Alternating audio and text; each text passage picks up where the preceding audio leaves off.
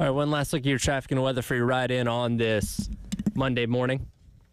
Couple accidents to report. One is going to be at Monticello Road and Kaufman Road. Another one I-20 westbound and at I-20 of exit 107B. Another accident at Raven Road and LeGrand Road. And then White Pond Road and I-20. And there's also a disabled vehicle at I-26 westbound at Airport Boulevard, which is exit 113. Today, scattered showers. High is going to get up to 70. Tomorrow, partly cloudy, high to 78. Wednesday, sunny and 74. It's your traffic and weather on the Air of the Game.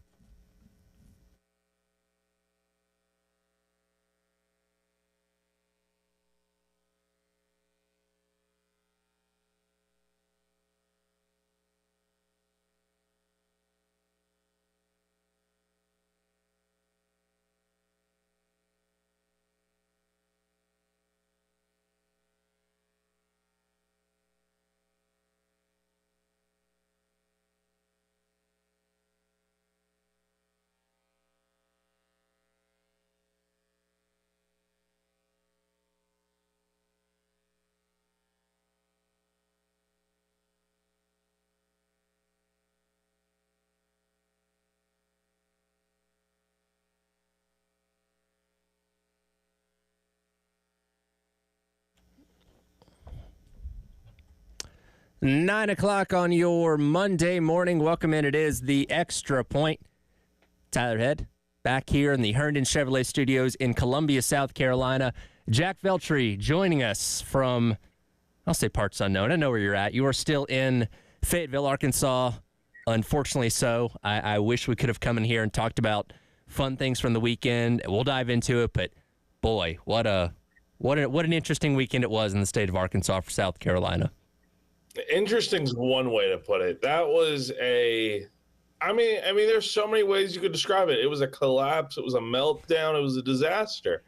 And South Carolina just got outplayed from start to finish this weekend and only led for 2 innings this weekend, man. 2 innings. Other than that, Arkansas was in control from beginning to end. And it was embarrassing for South Carolina just because you got Ronald ruled in game 1. You were down 8-0 early in game 2, and then game 3 you were in a tie and you had a chance, and then 7 runs in the 8th inning. It's a lot of things that I didn't think I was going to be seeing this weekend in a baseball series. A lot to unpack from those 3 games over the course of the weekend. I think we do need to start off, though, with the positives that the women's team did make their 11th straight Sweet 16 after decimating Tennessee Tech on Friday, taking down a very talented and very competitive Indiana team yesterday as they await the winner of Alabama and Maryland coming up a little bit later on this afternoon. And, this almost isn't like news, right? Because you just get used to it. Again, 11 straight Sweet 16s. This is a team looking for its 3rd national championship in the past 4 years and another Final Four appearance. Like, this is just what they're supposed to do, right?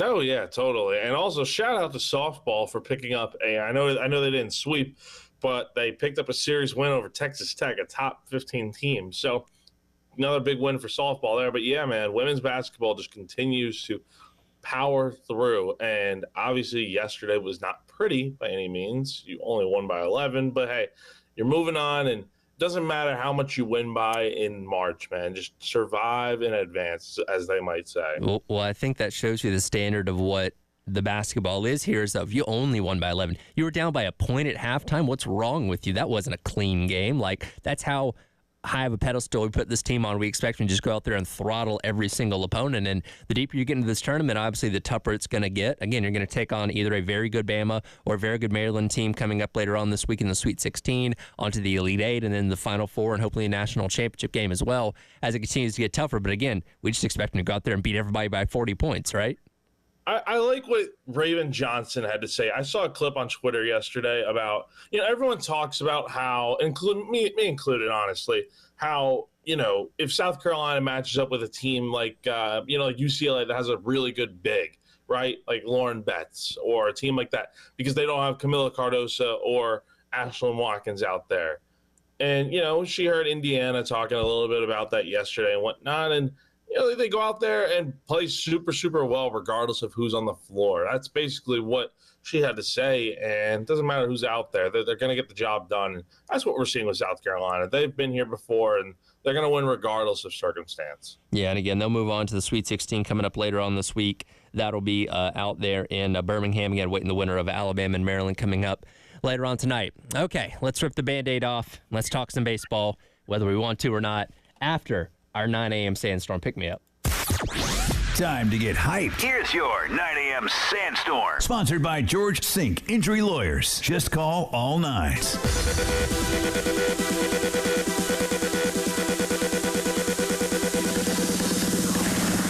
It is time for your 9 a.m. Sandstorm pick-me-up, brought to you by South Carolina's largest injury law firm, George Sink Injury Lawyers. If you've been hurt in the car or at work, call George Sink now at 803 all nines. Aside from being at Baum Walker Stadium all weekend, you get to actually go out and do anything else in Arkansas? Is there anything fun to do in Fayetteville? It's, not really. It's a little bit of a small town feel to some extent. It's kind of like going to like Columbia, but like outside of the city, like the suburbs of Columbia. So it was fine. I got some really good food this weekend. Great barbecue. Okay. There was a restaurant right behind the stadium there. A little bit of drinking and all that, just to pass the time, I guess, just because, this weekend, man, it was just, again, I just didn't expect to see. I figured they might get swept, but the fashion in which they did, I don't know if anyone really could have drawn it up the way it happened. It was just a really utter disaster.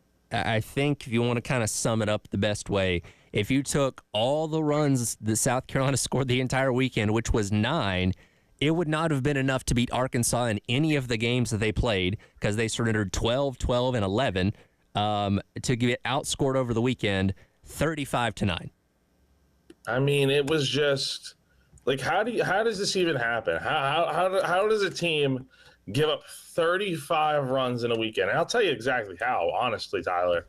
Arkansas, for as much as South Carolina is at fault for what has really happened this weekend, let's not forget that Arkansas is also just a phenomenal team. And, these series that South Carolina has been losing and these games that they've been losing, they've gotten swept by 2 top 10 teams, honestly, 2 of which are probably going to be top 5 teams here soon, because, Clemson's also very good and hovering around that top 5, territory. And then you also series to a top 10 Oklahoma team. So, look, it's tough right now, but you want to beat these good teams, but the schedule has not been easy, man. Arkansas, the way they hit the ball, man, it's I've always thought, and a lot of people feel this way, it's the one thing they've been missing over the years, because their pitching's always been phenomenal. But whenever they get to the top, it's just they cannot hit enough to win it all. So they've got the hitting now, and they're dangerous. So South Carolina just ran into a real buzzsaw this weekend. Yeah, they certainly did. And look, we kind of previewed it going into the weekend of how good they were offensively, but you felt like South Carolina could hopefully at least hang in there. And look, not that you obviously want to win, obviously, but it's one thing to get swept. It's another thing to go out there and just get completely run over by a team that looks like it's 10 steps ahead of you at this point in time. And let's go back a week ago, where in the Oklahoma series, we had a lot of excitement for Brandon Stone getting his first start.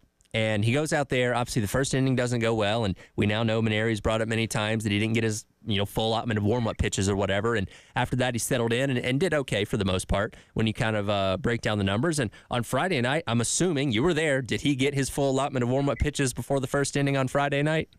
It looked like it to me. Didn't hear any complaining about it after the game. And he goes out there and does a decent job through the first couple of innings. Does give up 1 run in the bottom of the second, and then the wheels just completely come off in the bottom of the third. Now, it was not helped that the ball goes between Kazmar's legs that eventually allows 2 more runs to come in, but he was already starting to lose the handle, walking the bases loaded, walking guys in and all that kind of stuff, and he likely wasn't going to see the 4th inning anyway. But it's like, okay, well, he started off bad last week and settled in and did okay. Started off okay this weekend, and then the wheels fell off on. I think going into this weekend, now considering what has happened with the rotation due to some, we'll get into it, circumstances.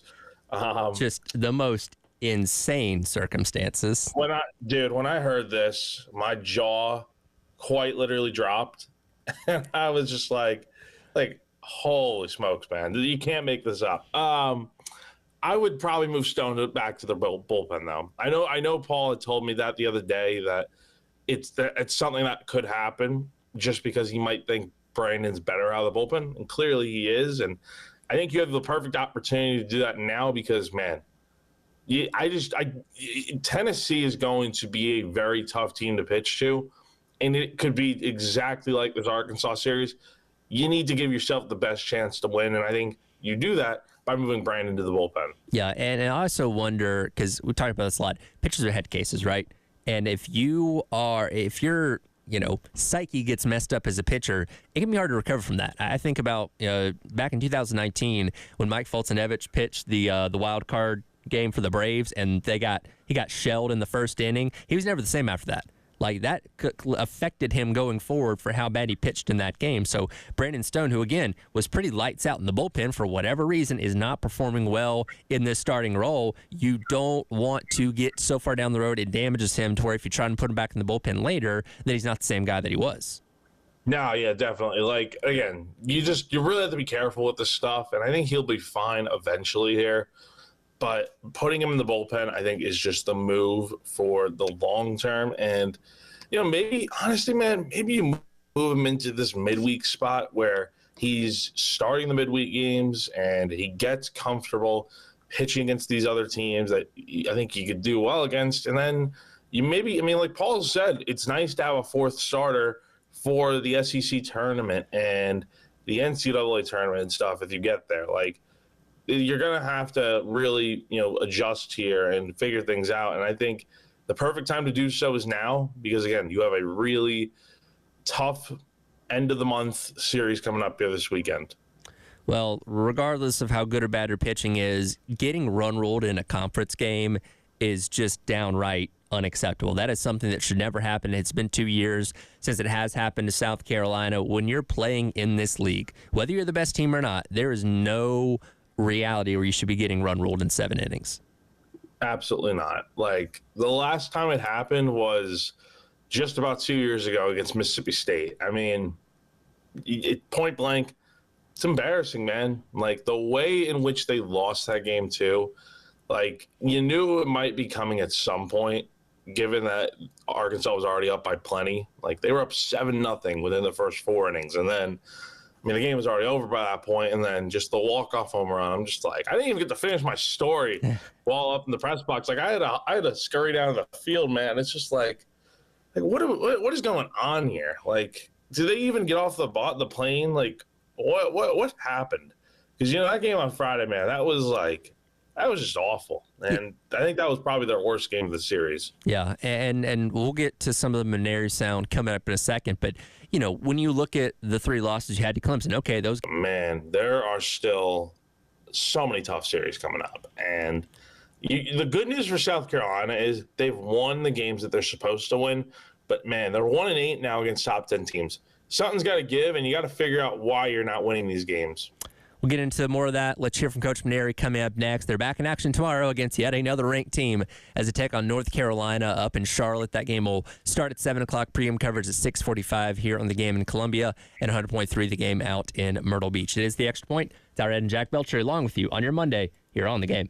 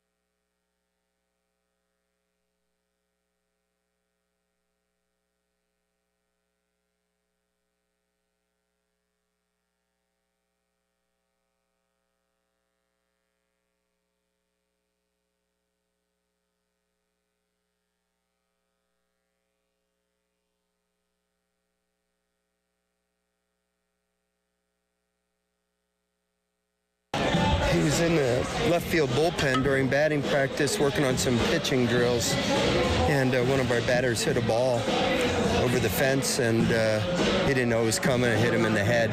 So, we were worried that he wasn't going to be able to make the start today. And, when he woke up this morning, he didn't sleep much last night, actually. And, he wasn't himself, so we decided not to take any chances, and we scratched him from the start. Welcome back in. It is The Extra Point. Tyler Head and Jack Belcher along with you here on your Monday on the Game, assessing what was a disappointing weekend for Gamecock baseball on the road in Fayetteville, Arkansas. And if you were looking for a microcosm for what the weekend was, well, Paul Maneri just explained it to you. Dylan Eskew, in being out in the bullpen on Saturday, apparently, during batting practice, got bonked on the head by a fly ball that I guess nobody saw coming, and didn't wake up feeling too good on Sunday, so they ended up scratching him. Jarvis Evans gets the start after being on short rest, and again, you just kind of throw your hands up and be like, well, what else could go wrong for this team this past weekend? Because that was just one of the more unique and insane things I've heard in quite a while.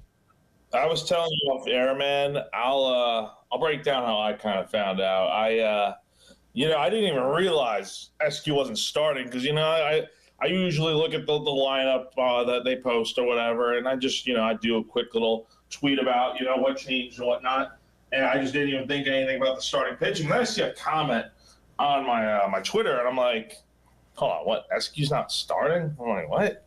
So I look at it, and I see Jarvis Evans. I'm like, it must be a typo. And then I go talk to someone from UFC about it, and they explain what happened. And as I was telling you off air, man, my jaw dropped. I mean, if there's anything that sums up what happened for South Carolina this weekend, it would be Dylan Eskew getting hit by a home run in batting practice on the head. I mean, you can't make this stuff up, man. It's literally like. It's just literally a running joke right now. It's just like it's just I don't know how it could get any worse than that. Yeah, it was pretty bad. And now, all things considered, Jarvis Evans ended up being the best starting pitcher you had the entire weekend. He made it through 3 1/3 innings and did a decent job. And again, he was pitching on short rest, having just started the other day. So I don't know if you're expecting a perfect performance out of him, but he did okay, minus giving up the 2 solo home runs. But that was about the only real positive I can kind of glean from the weekend, to be honest with you. Well, I think the other positive is probably Nathan Hall, the way he hit this weekend. I mean, he had a 3-hit game yesterday. Yeah. Hit a home run this weekend. I mean, he had a great series, I thought. And, outside of that, though, Jarvis, all things considered, I think he did pretty well. And I'll tell you why, man, because, the stats are not going to tell you. But, I mean, he gave up the 1 home run that barely got it. Honestly, both home runs that he gave up barely got out of the ballpark.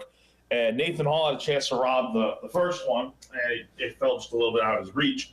But also, Arkansas, for whatever reason, they can just work the count, and they can make you work for your strikes. Like, they foul off every single pitch.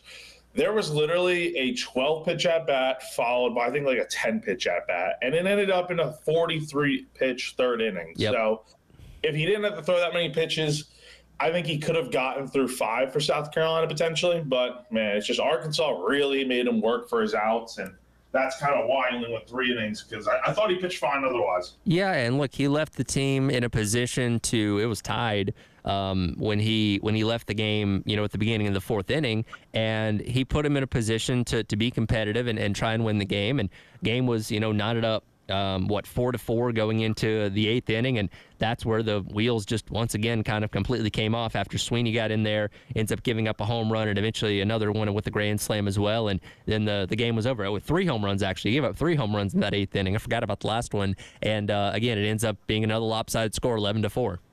Yeah, and also, Sweeney gave up the 1, and then Ryder Garino came in. Excuse me, that's right, Garino. I forgot Garino got in there, but yeah, Sweeney gave up the 2-run home run. Garino gave up the grand slam and the solo. Again, it all gets mixed together just because of how bad yesterday was. So, yeah, man, there are other reasons why that game went the way it did, like Will Tippett making really what should have been an error, but it was a fielder's choice at second base. I'm going to call it a tailor-made double play ball because that's what it really was. It was hit right to him. you should be able to make that play 10 times out of 10. And it led to a run. And if that didn't happen, Will Tippett later on hit a 2-run double to give South Carolina a tie game. They would be leading at that point in the game. And who knows what actually happens after that. I still think they would have lost, but who knows, man. It's just, Sweeney just didn't have it yesterday. And Garino didn't have it either. It happens. It's baseball. But, complete meltdown that 8th inning, man. I cannot believe that is how the game ended. It's something else that Maneri talked about with you after the game yesterday as well, is the defensive issues at shortstop. And this is something that's becoming a little bit of a consistent trend. And again, we praised Henry Kazmar coming in from Ohio State for his glove and his ability out there. Again, he had the ball that went between his legs on Friday night that allowed 2 runs to cross the plate, and obviously didn't end up mattering all that much because you got run ruled anyway. But then you have the situation with Tippett on Sunday where, again, got the 1 out, could have gotten 2 that would have saved some runs there as well. And this is just becoming a consistent problem with this team, much like we saw at third base at times last year. And again, once you kind of get in the thick of the season, it's one of those things that, it's probably not going to go away. It's probably going to continue to happen. Shortstop's the new third base for this team. I'm afraid that's what we have seen here. It's just, Tippett had the big hit yesterday. He also made a few mistakes in the field, and, shortstop was ugly this weekend. Kazmar made a pair of errors.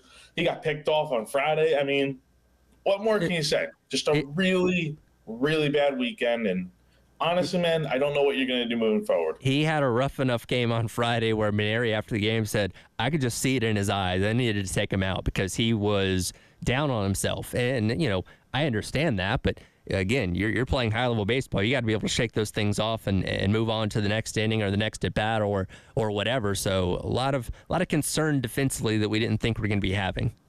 Yeah, man. It's just and again, we knew he made 12 errors at Ohio State last year.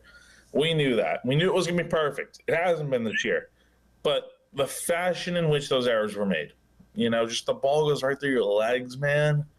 I don't know what to say. It really sums up the weekend, man. I don't know what to say. Yeah, and again, now you're 1-8 against ranked opponents, and obviously 1-5 in conference play. Now, again, you do have Mississippi State and Texas A&M and Florida on your schedule, teams that aren't doing the best as of right now. Now, again, could that change between now and then? We'll certainly have to see, but you can't look past this weekend. You can't look past tomorrow, really, because you got North Carolina in a neutral site midweek game, and I don't know who's going to pitch because Jarvis Evans obviously used his arm up yesterday, and he was your consistent midweek guy. And then you've got a 3-game set, albeit at home, against the defending national champions and best team in the country. Quite frankly, I don't know what you're going to do either. I doubt SQ's going to be ready to go for Tuesday. I would probably lean – I was going to say Ryder Garino, but he pitched an inning yesterday, and how long could he'll probably be able to go at some point tomorrow, but I just don't know what you're going to do, man, especially with the roster. Maybe the roster will open up a little bit more since it's a non-conference game, but we'll see what happens, man. It's going to be a thing. I think it's going to be a real bullpen type of game tomorrow. Well, maybe you tried to cleanse yourself from baseball by watching all the great basketball action we saw this weekend through the first 2 rounds in the men's tournament. We'll dive into that coming up next and assess what we saw and what we're looking ahead to with the Sweet 16 coming up this weekend as well as the Elite 8. It is the Extra Point, Tyler Head and Jack Beltry, along with you on your Monday here on The Game.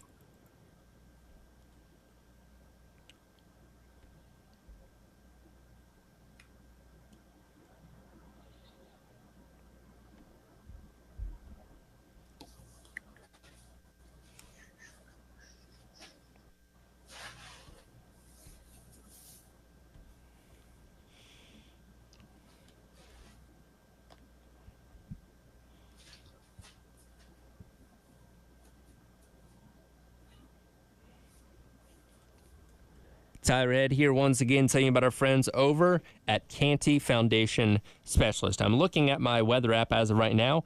Got some rain coming in a little bit later on this morning into the early afternoon here in the Midlands. And I'll tell you once again, if you have an open crawl space under your home and you've recently experienced some rain, you might have some standing water under there. You need to get that checked out because that high humidity and condensation can create all types of problems with your crawl space, like mold. It can invite pests like termites into your home. It can also affect the air that you and your family breathe because about half the air in your home comes from your crawl space. That's where our friends at Canty Foundation Specialists come in. If you have any issues with your crawl space, go online to schedule an appointment at cantycanfix.com. They'll send a professional out to your home to evaluate your crawl space issues and get them fixed so you and your family can live without worry going forward. Again, go online to schedule an appointment at cantycanfix.com for our friends at Canty Foundation Specialists.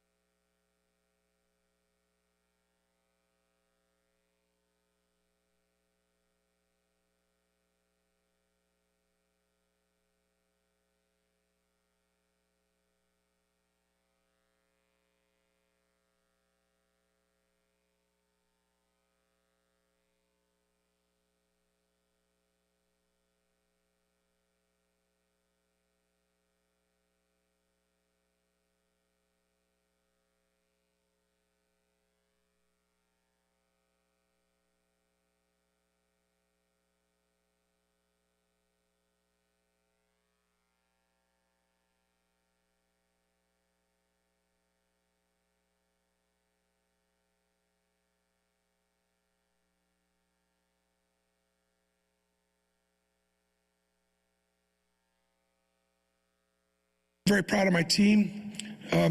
We played Auburn basketball. We played like the #1 team in the country. We acted like the #1 team in the country. We prepared like the #1 team in the country. We talked a little bit about game one and not giving the kind of effort and energy that was required, and not really trusting one another, sharing it, and the sacrifices that need to be made. Tonight, we put all that behind us, and the guys did a phenomenal job on both ends of the floor. Welcome back in. It is the Extra Point.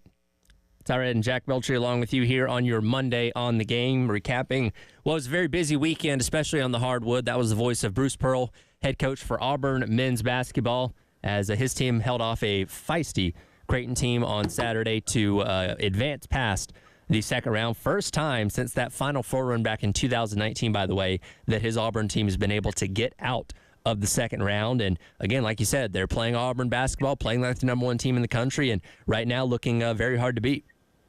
They are. I mean, like they look like the top seed in the country in a lot of ways. And yeah, Creighton gave them a good scare the other day. And you're right, like they haven't made it to the Final Four in a few years here. You go back to last year, they lost to Yale in the first round. And, Auburn has very high expectations for themselves, obviously. They are, without a doubt, probably the best team in the country. And, they got the pieces to go on a deep run here.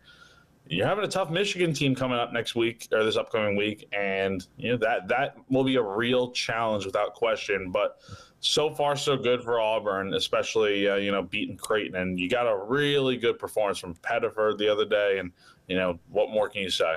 And Auburn kind of leading the charge of now 7 SEC teams making their way in to the Sweet 16, occupying almost half the field. Again, 14 teams got in the tournament when you count Texas being a part of the play-in, and now again half of them still standing as they head into the final couple rounds here, and are backing up, at least to this point, being the best conference in men's college basketball this season.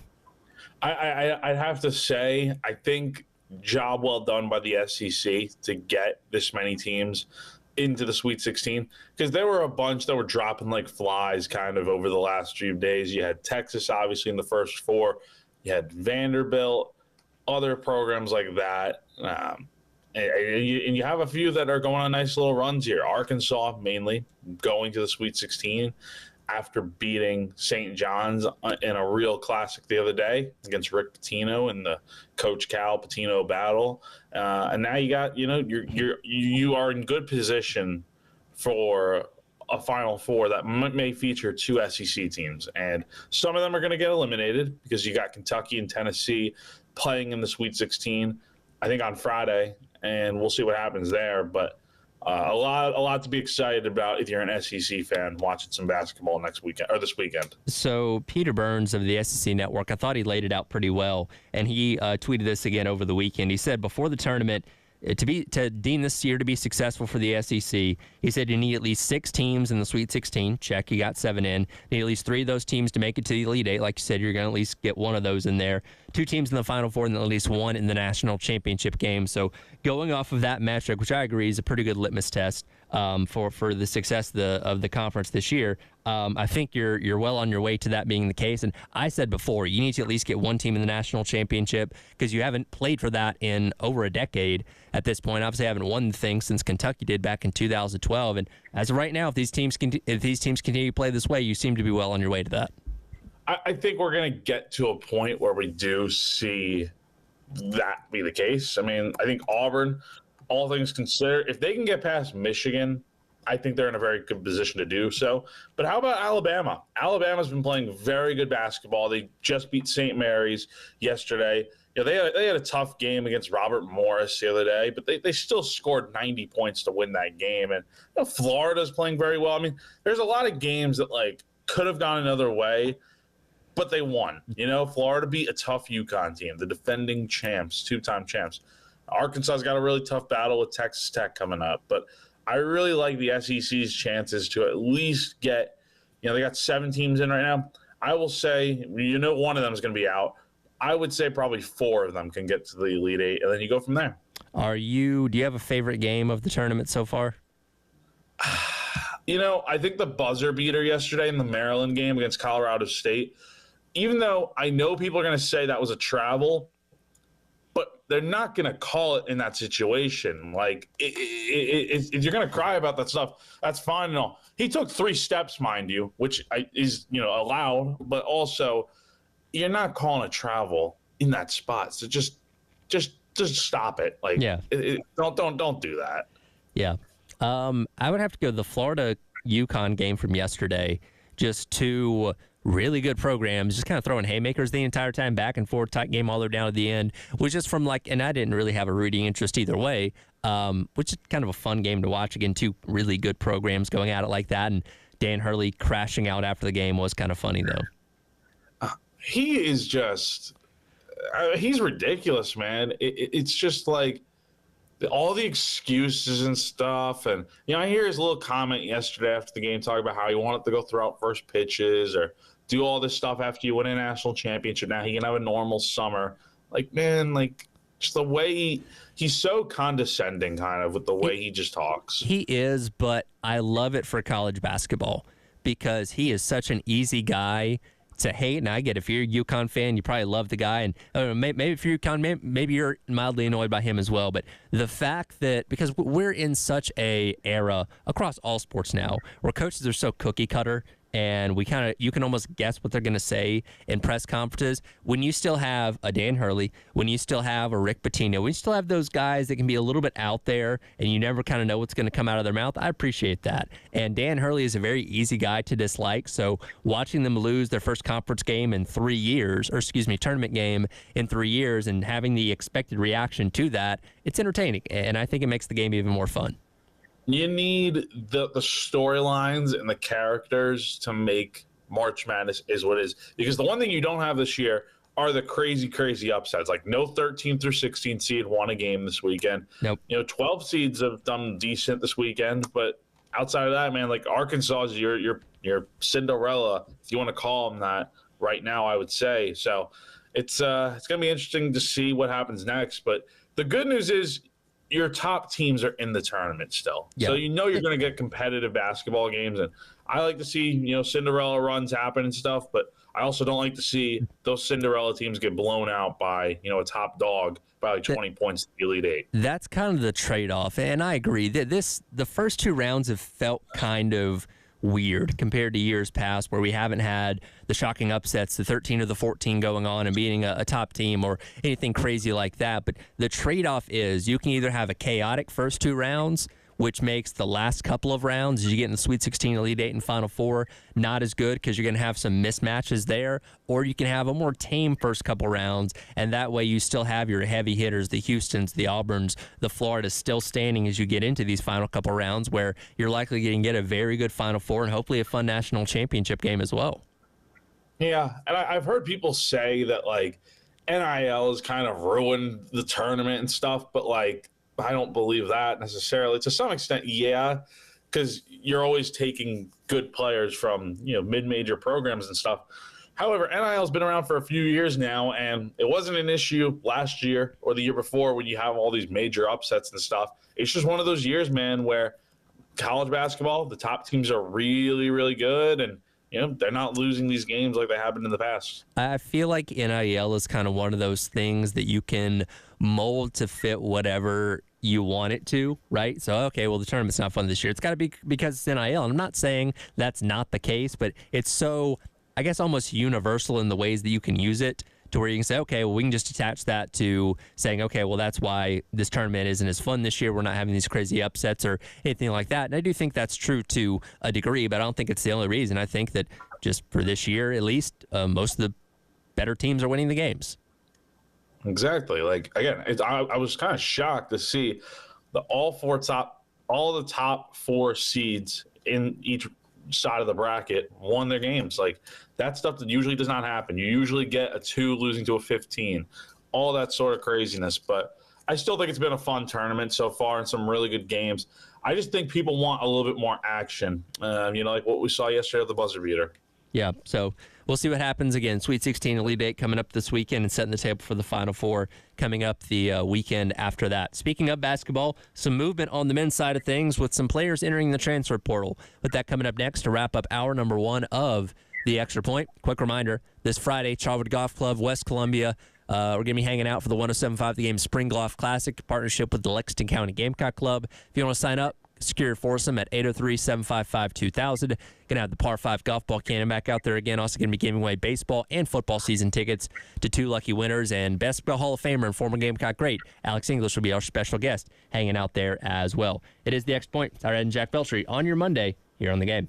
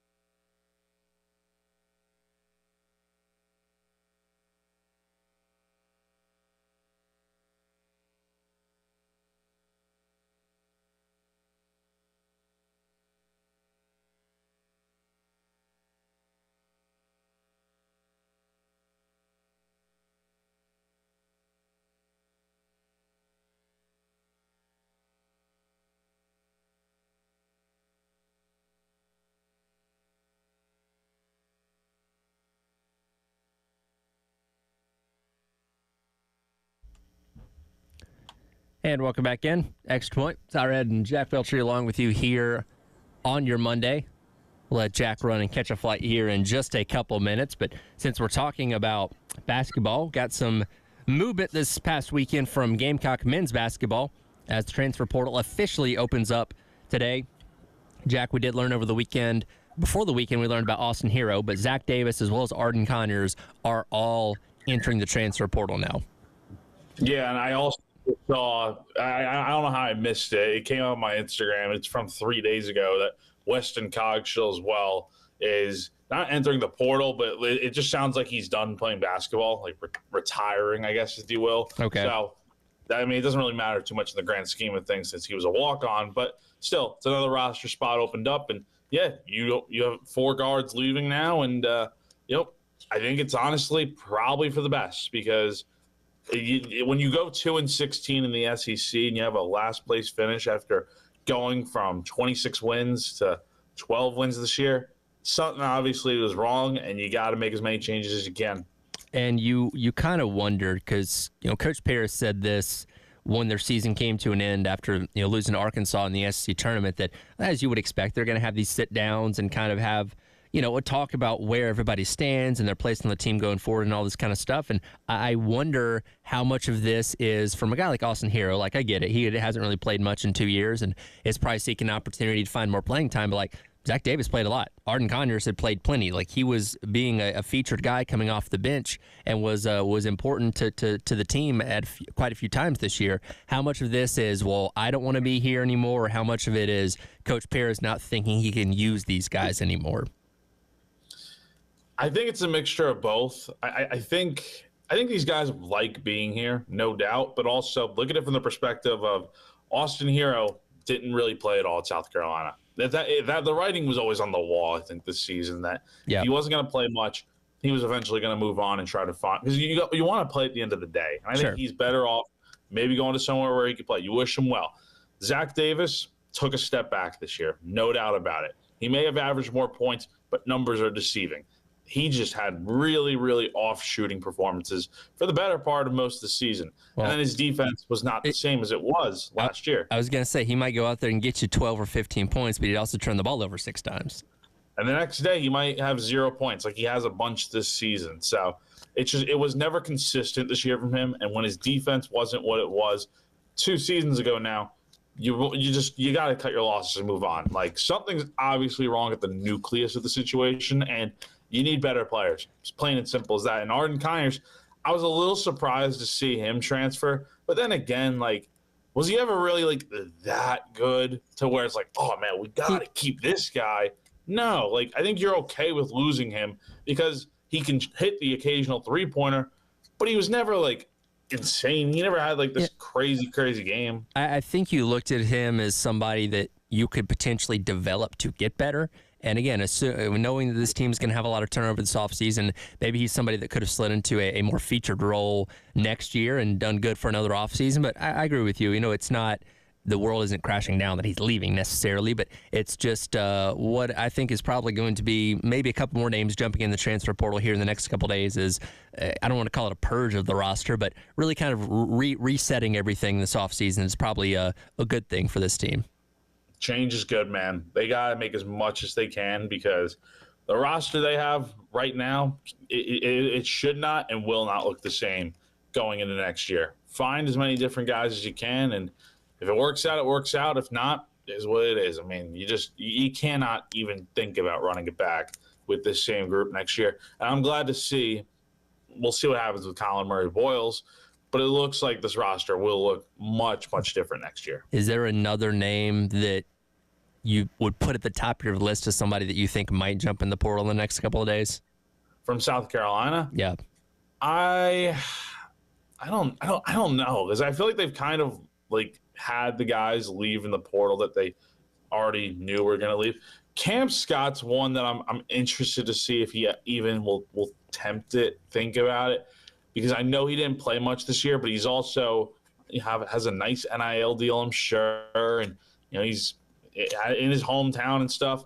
I think he stays, but again, that's probably one name, because otherwise they've lost the guys that are out of eligibility. We'll see what happens with Pringle and Stute. It's not like they're going to transfer, I don't think. Sure. Because who knows if they even really have the eligibility, but we'll see, man. I think they've lost the pieces in the portal that we knew were going to happen. Well, now we'll see what Coach Pierce can go out there and get in the portal to replace those guys that are departing. That'll do for hour number 1, the X Point. Jack, be safe on the flight, and we'll get you back in here tomorrow. Yeah, man. I'll see you later. Thanks so much. Is the X Point coming up in hour number 2. Sam Shapiro will jump in here, and we'll dive back into basketball, including what happened with the women yesterday in the second round. It is the X Point. Tyler Head along with you here in the game.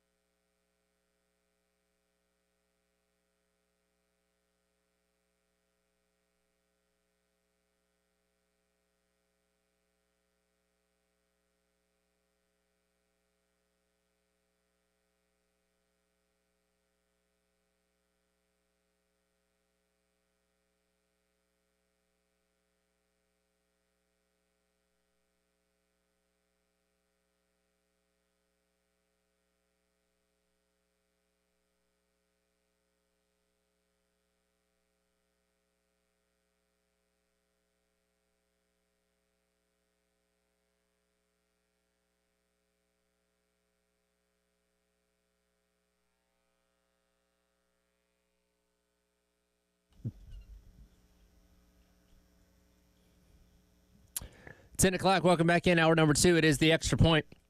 Tyler Head, Sam Shapiro in with me as he does each and every Monday. As we recap what was a very busy weekend on the hardwood, talked a lot of men's basketball there.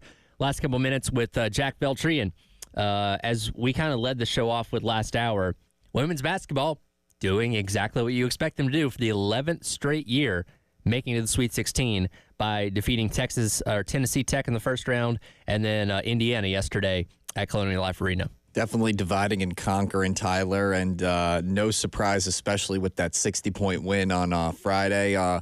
Definitely, I think that first half against Indiana had some people shook, but the third quarter was very reassuring, to say the least. It's one of those things that we've seen South Carolina not play its best first half of basketball in a lot of games this year, but at the end of the day, depth and talent usually end up winning out, and that was a lot of the reason why South Carolina won the game yesterday. Chloe Kitts was also in foul trouble for a lot of the first half, and when she finally came off the bench, or finally got out there and played more in the second half, especially in the third quarter, she went off and obviously had a great game that helped propel South Carolina to the victory. But again, not too much sweating through the first couple rounds, which is kind of what we expected. Yeah, and especially in this game yesterday against Indiana, Sanaya Fagan and Bree Hall showed just how dangerous, this team really is when they have to step up. I feel like Fawiley and Edwards have been that major boost off the bench where you kind of have that starter energy coming in midway kind of through whatever contest. And because neither of them really got going in this game, I thought because Sanaya Fagan and Bree Hall both kind of stepped up. I mean, there were multiple plays where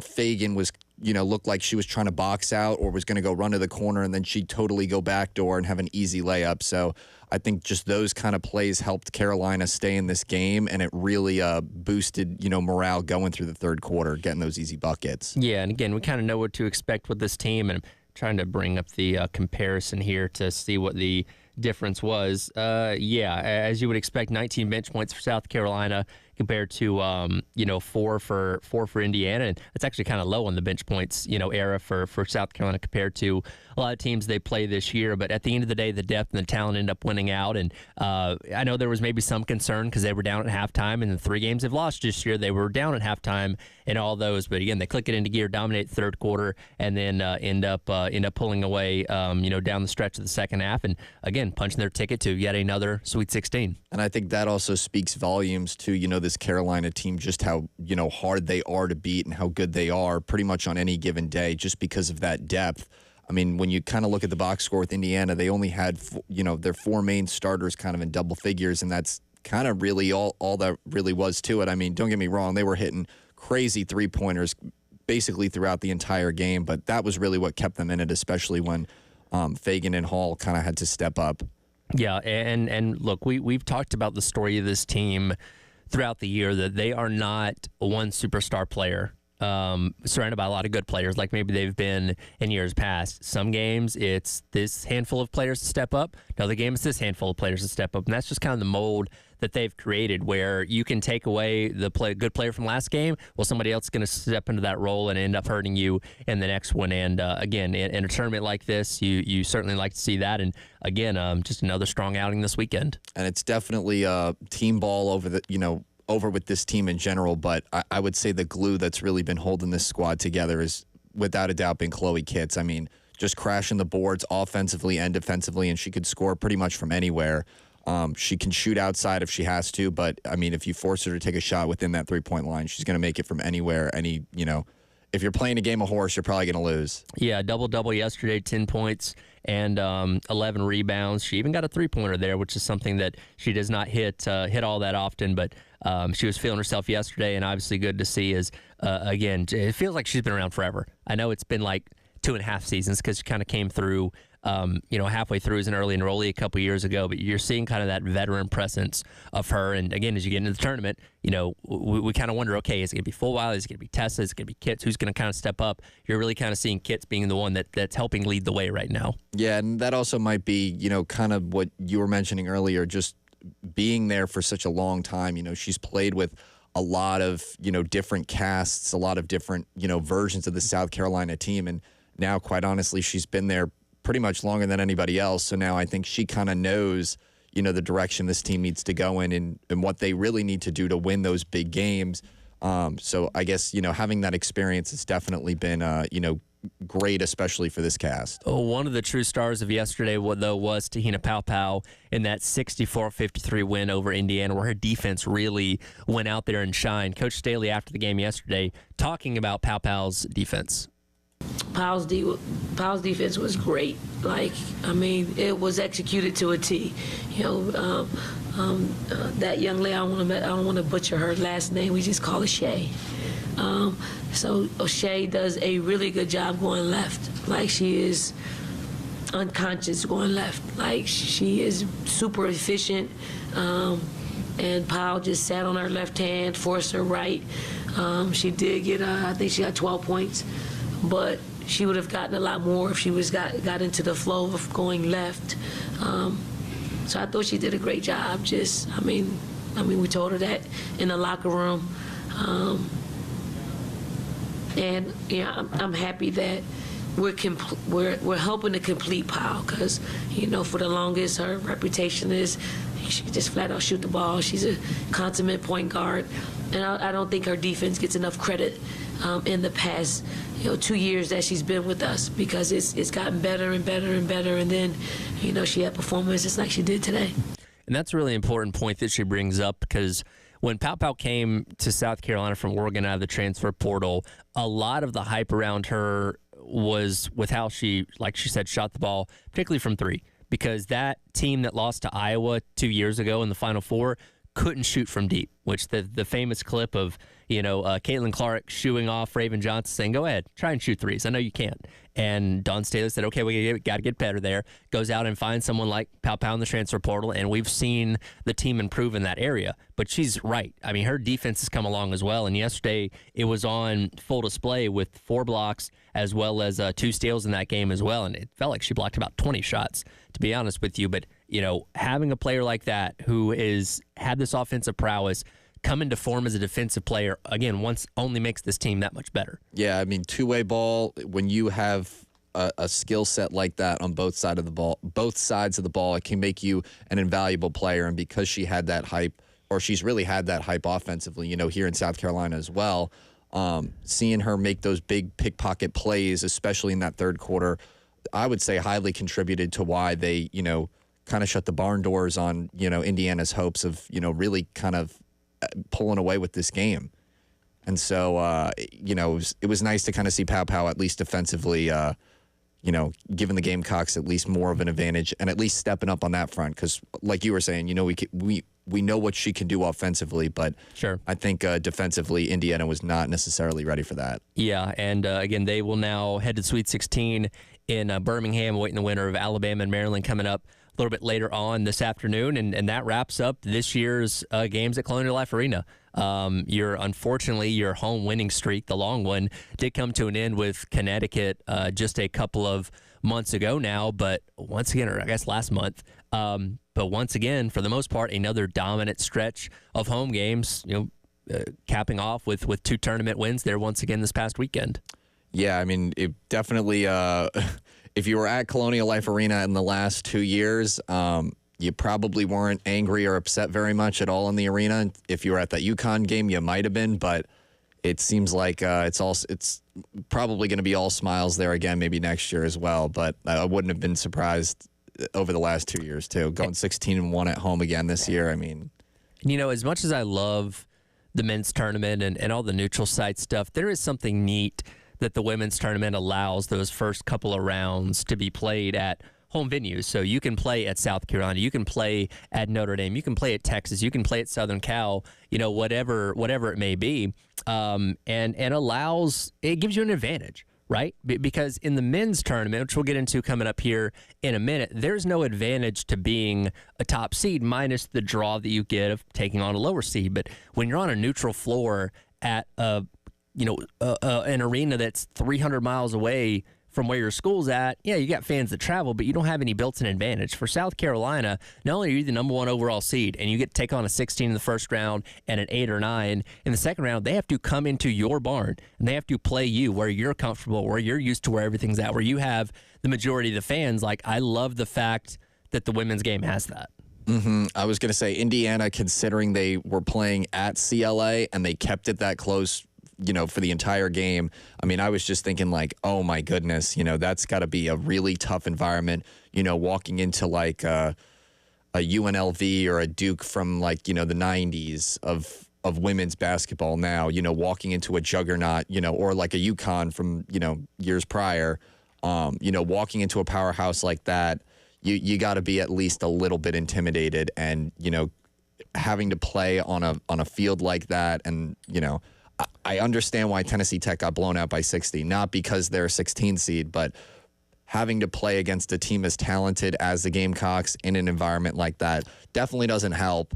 But I gotta tip my hat off to Indiana, keeping it close, playing with that immense amount of pressure at such a high level, and then really kind of diminishing most of the fan base's hope until the end of the third quarter. Well, and this is an Indiana team that last year in the tournament made a huge comeback against South Carolina, made things very interesting there late in the game, and again had the lead at halftime, which is something very few teams have been able to do against Carolina this year. So you do tip your cap to them for an impressive season, and obviously giving South Carolina all they can handle. But again, at the end of the day, this is a much more talented team than just about anybody they're going to play up to this point. And again, we get deeper into this thing, and you're going to have a 4 or 5 that you're taking on in the Sweet 16. You got a potential to face a Duke at number 2 in the Elite 8, and then you're off to hopefully the Final Four, taking on, who knows, out of the other side of the bracket, Texas, UConn, and trying to get yourself back to another national championship game. They definitely got a few.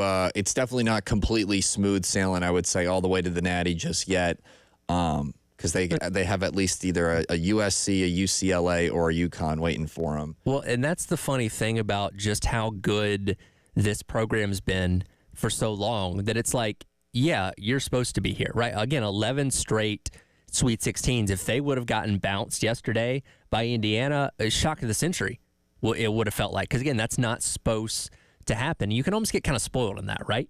Because when you have, whether it's this, whether you were a fan of Alabama football during their long run, the New England Patriots back in the day when they were winning Super Bowls left and right, you almost get kind of spoiled. And at some point, all this comes to an end. Again, there's going to be a day where Dawn Staley's not coaching South Carolina anymore, and she retires, and we're building statues of her and naming streets after her and all those kind of things. And South Carolina won't be the standard of women's basketball anymore. They may still be good, but I don't know if they're still going to be the same kind of dominant 10, 15 years from now. So I encourage everyone, enjoy this as much as you can while it's still happening, while the history is still being written, because you're going to reflect back on it one day saying, man, I wish we could go back to that time because that was so much fun to be a fan of that. You're living in it right now. Enjoy it as much as you can.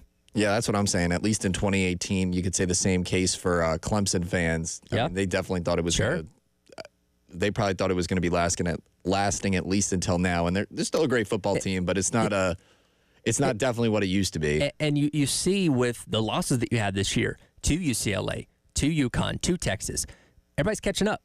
Like, you're not leaps and bounds better than everybody else. They're close to you now. You can lose in the Elite Eight. You can lose in the Final Four. You may not get to the national championship game because women's college basketball is so tough across the board now. So again, I encourage everyone, enjoy every single win, enjoy every single step in this process, because you never know how long this is going to last. We hope it's going to last for a long time, but there's no guarantee on that. Yeah, the thing I probably took for granted the most was Friday. I had the opportunity to cover the game with Tennessee Tech a little bit, and when I got to the arena, I think there was 8 minutes left in the second quarter, and I ran right out to the tunnel to look at the scoreboard to see, I guess, what the score was, how the game looked so far.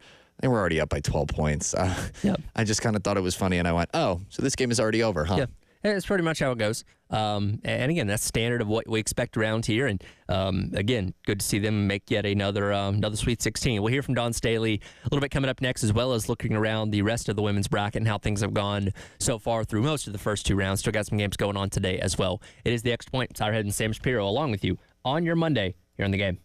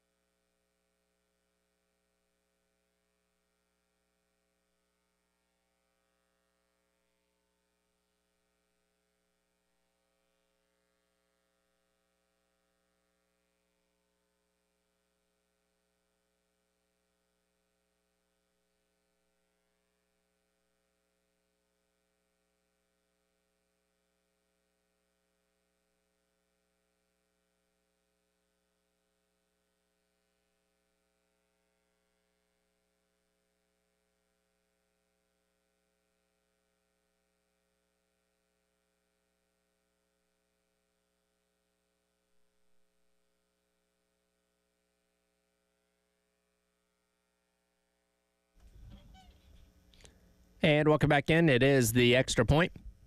Tyler Head and Sam Shapiro along with you here on your Monday, talking all things basketball after the first couple rounds of the NCAA tournaments. Well, not completely the first 2 rounds of the women's tournament. Still some games going on later today where, again, the women will await the winner of Maryland and Alabama will play today at 5 o'clock for their Sweet 16 opponent. And as you get into tournament play, when you talk about basketball, there are some coaches that are deemed to be good tournament coaches, some coaches that aren't deemed to be good tournament coaches. And coaching in tournaments is so much different than coaching in the regular season because of the quick turnaround.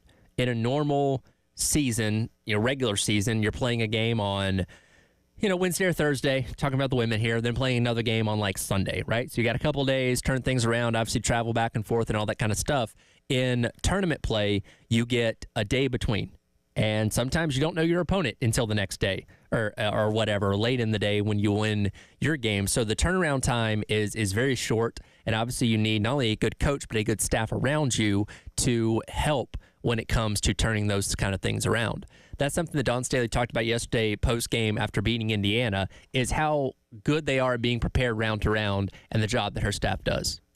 I think it's really important to balance the rest part of it, balance the active recovery, balance the film sessions, and balance really how much the players are locked in. I mean, we read the room when it comes to them. If they're focused in, our time on the court is probably cut in half.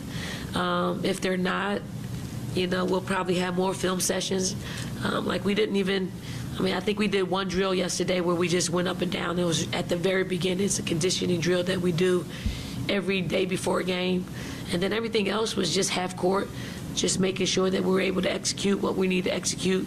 They are a fine oil machine. They run their stuff. They execute it. They got you working on both sides of the court when we're on defense. Just well-rounded and calculated and deliberate in what they want to do. So they're exhausted. I know our players are exhausted, but it takes that to beat a team like Indiana.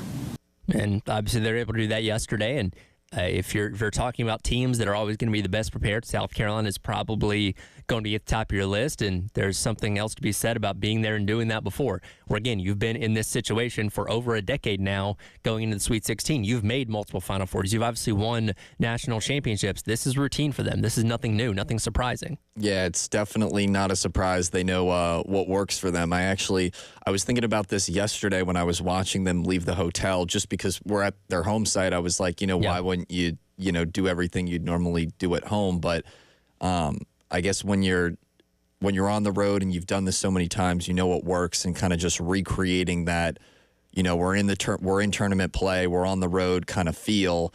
I realized, kind of watching them kind of come out of the hotel probably went into part of that preparation, and definitely goes into why they look like a fine-tuned, oiled machine, as Coach Staley put. And that's a good point, because I'm sure a lot of people are like, well, why would they stay at a hotel if they're playing a game at home? But you have to prepare yourself for that uncomfortableness of being on the road. You're going to Birmingham this weekend, maybe taking on an Alabama team in their backyard if they end up winning tonight against Maryland. So getting used to that. And again, for the Chloe Kitts and the Pow Pows and the girls that have been here for several years, it's not as big of a deal. But for Joyce Edwards, who, again, I'm sure she's played in a million tournaments in her basketball career up to this point. She's never done it in college before. This is something new for her. And she obviously went out there and played great on Friday. And just getting somebody like her used to this, to where it's not that big of a deal when they're going to Birmingham this weekend and having to, I don't even say adjust. They're used to being in hotels and being on the road and all those kind of things, but it's those minor details that you pay attention to that can set you apart from other programs around the country. And it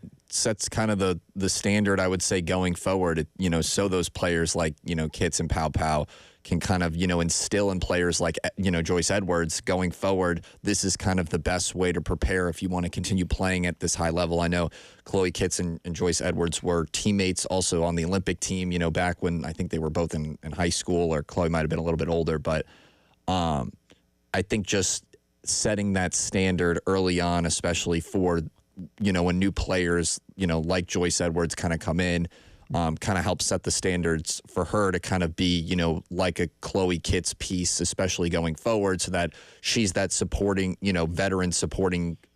veteran cast member of the team that can kind of show the newbies like, hey, if you want to win, this is the secret formula. Yeah. Looking ahead to the rest of this first round. Again, got a couple more games going on today to decide who all is going to be going to the Sweet 16. Again, we're focusing on Alabama and Maryland playing at 5 o'clock, which you can watch on ESPN2 to see who South Carolina's opponent will be for this upcoming weekend. But kind of as expected in the women's game, through, I believe, 40 games, only 7 of those games have been won by lower seeds to this point in the tournament. It's a lot more chalk than the men's game is. Now, the men's game's pretty chalk this year, which we'll get into in just a moment, but you still have all your power players in. Obviously, South Carolina, UCLA, Southern Cal, and Texas still live. Texas does play a little bit later on this afternoon against Illinois in their second round matchup. See if they can punch their ticket for a SEC rematch or showdown in the Sweet 16 against Tennessee. Notre Dame and TCU are going to square off in the Sweet 16. Obviously, UConn dominated Arkansas State over the weekend. They'll take on South Dakota State coming up tonight. So the usual suspects, the teams that you want South Carolina to go head-to-head with against, are all still alive and kicking in the tournament. Yeah, I'm definitely I'm looking at UCLA, Southern Cal, and UConn. I definitely want to see the Gamecocks face off against one of those teams in the championship. If I had to pick, it'd be UConn, just because if the Gamecocks do come up on top of them, that would be the sweetest back-to-back championship, I would say, arguably ever. Yep. But I don't know. It becomes a thing because you can match up with Texas in the Final Four. You've already beaten them twice and avenged your one loss. But do you want to face, and again, I know we're kind of getting ahead of ourselves, but this is the standard of this program. Do you want to face Southern Cal, a team that you've not seen this year, one you're going to see the next couple years in the regular season, or would you like to see a UCLA or a UConn to avenge 2 of your losses from this year? I would want to avenge the loss from UConn just because it broke the home season win record, and because of how they lost that game. Losing, I think it was a 27-point deficit. 29.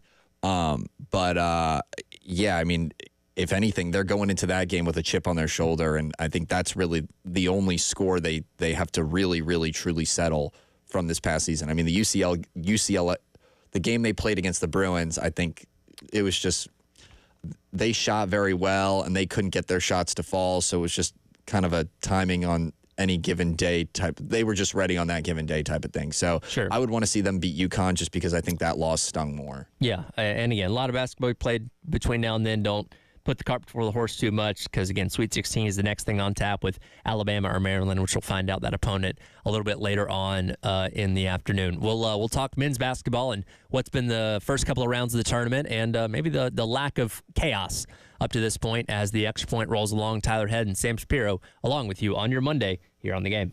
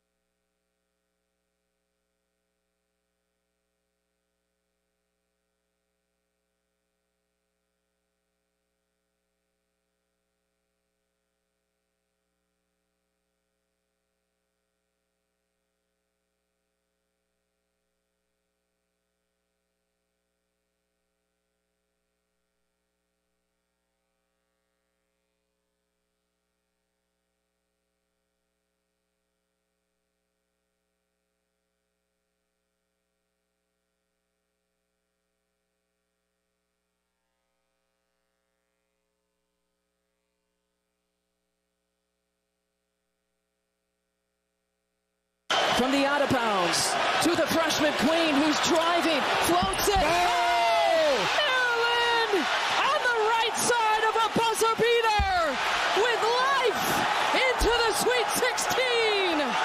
Welcome back in. It is the Extra Point. It's Irad and Sam Shapiro along with you on your Monday. That was the call yesterday.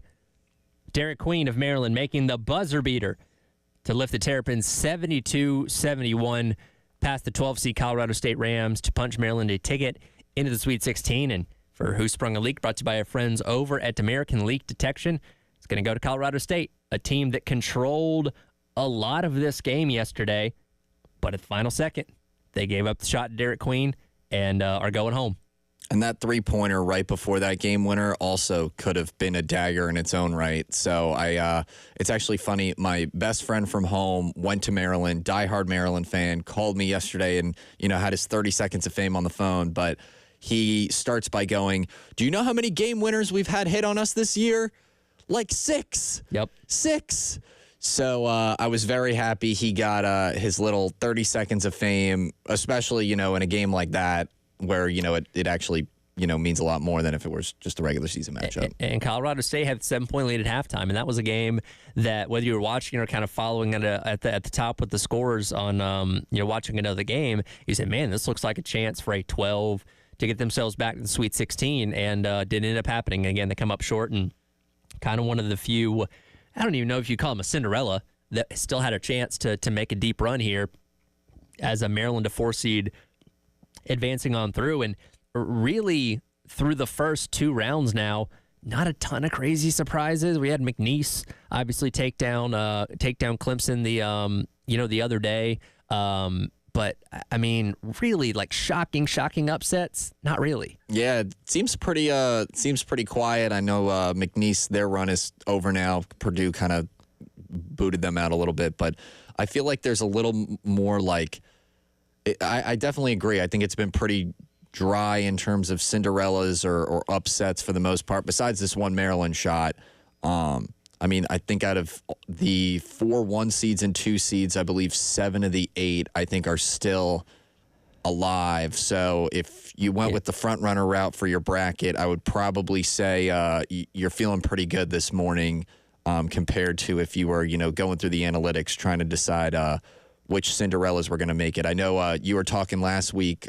You were hoping Drake was going to make it pretty far. I had Drake going pretty deep. They looked pretty good after that first game, but yeah.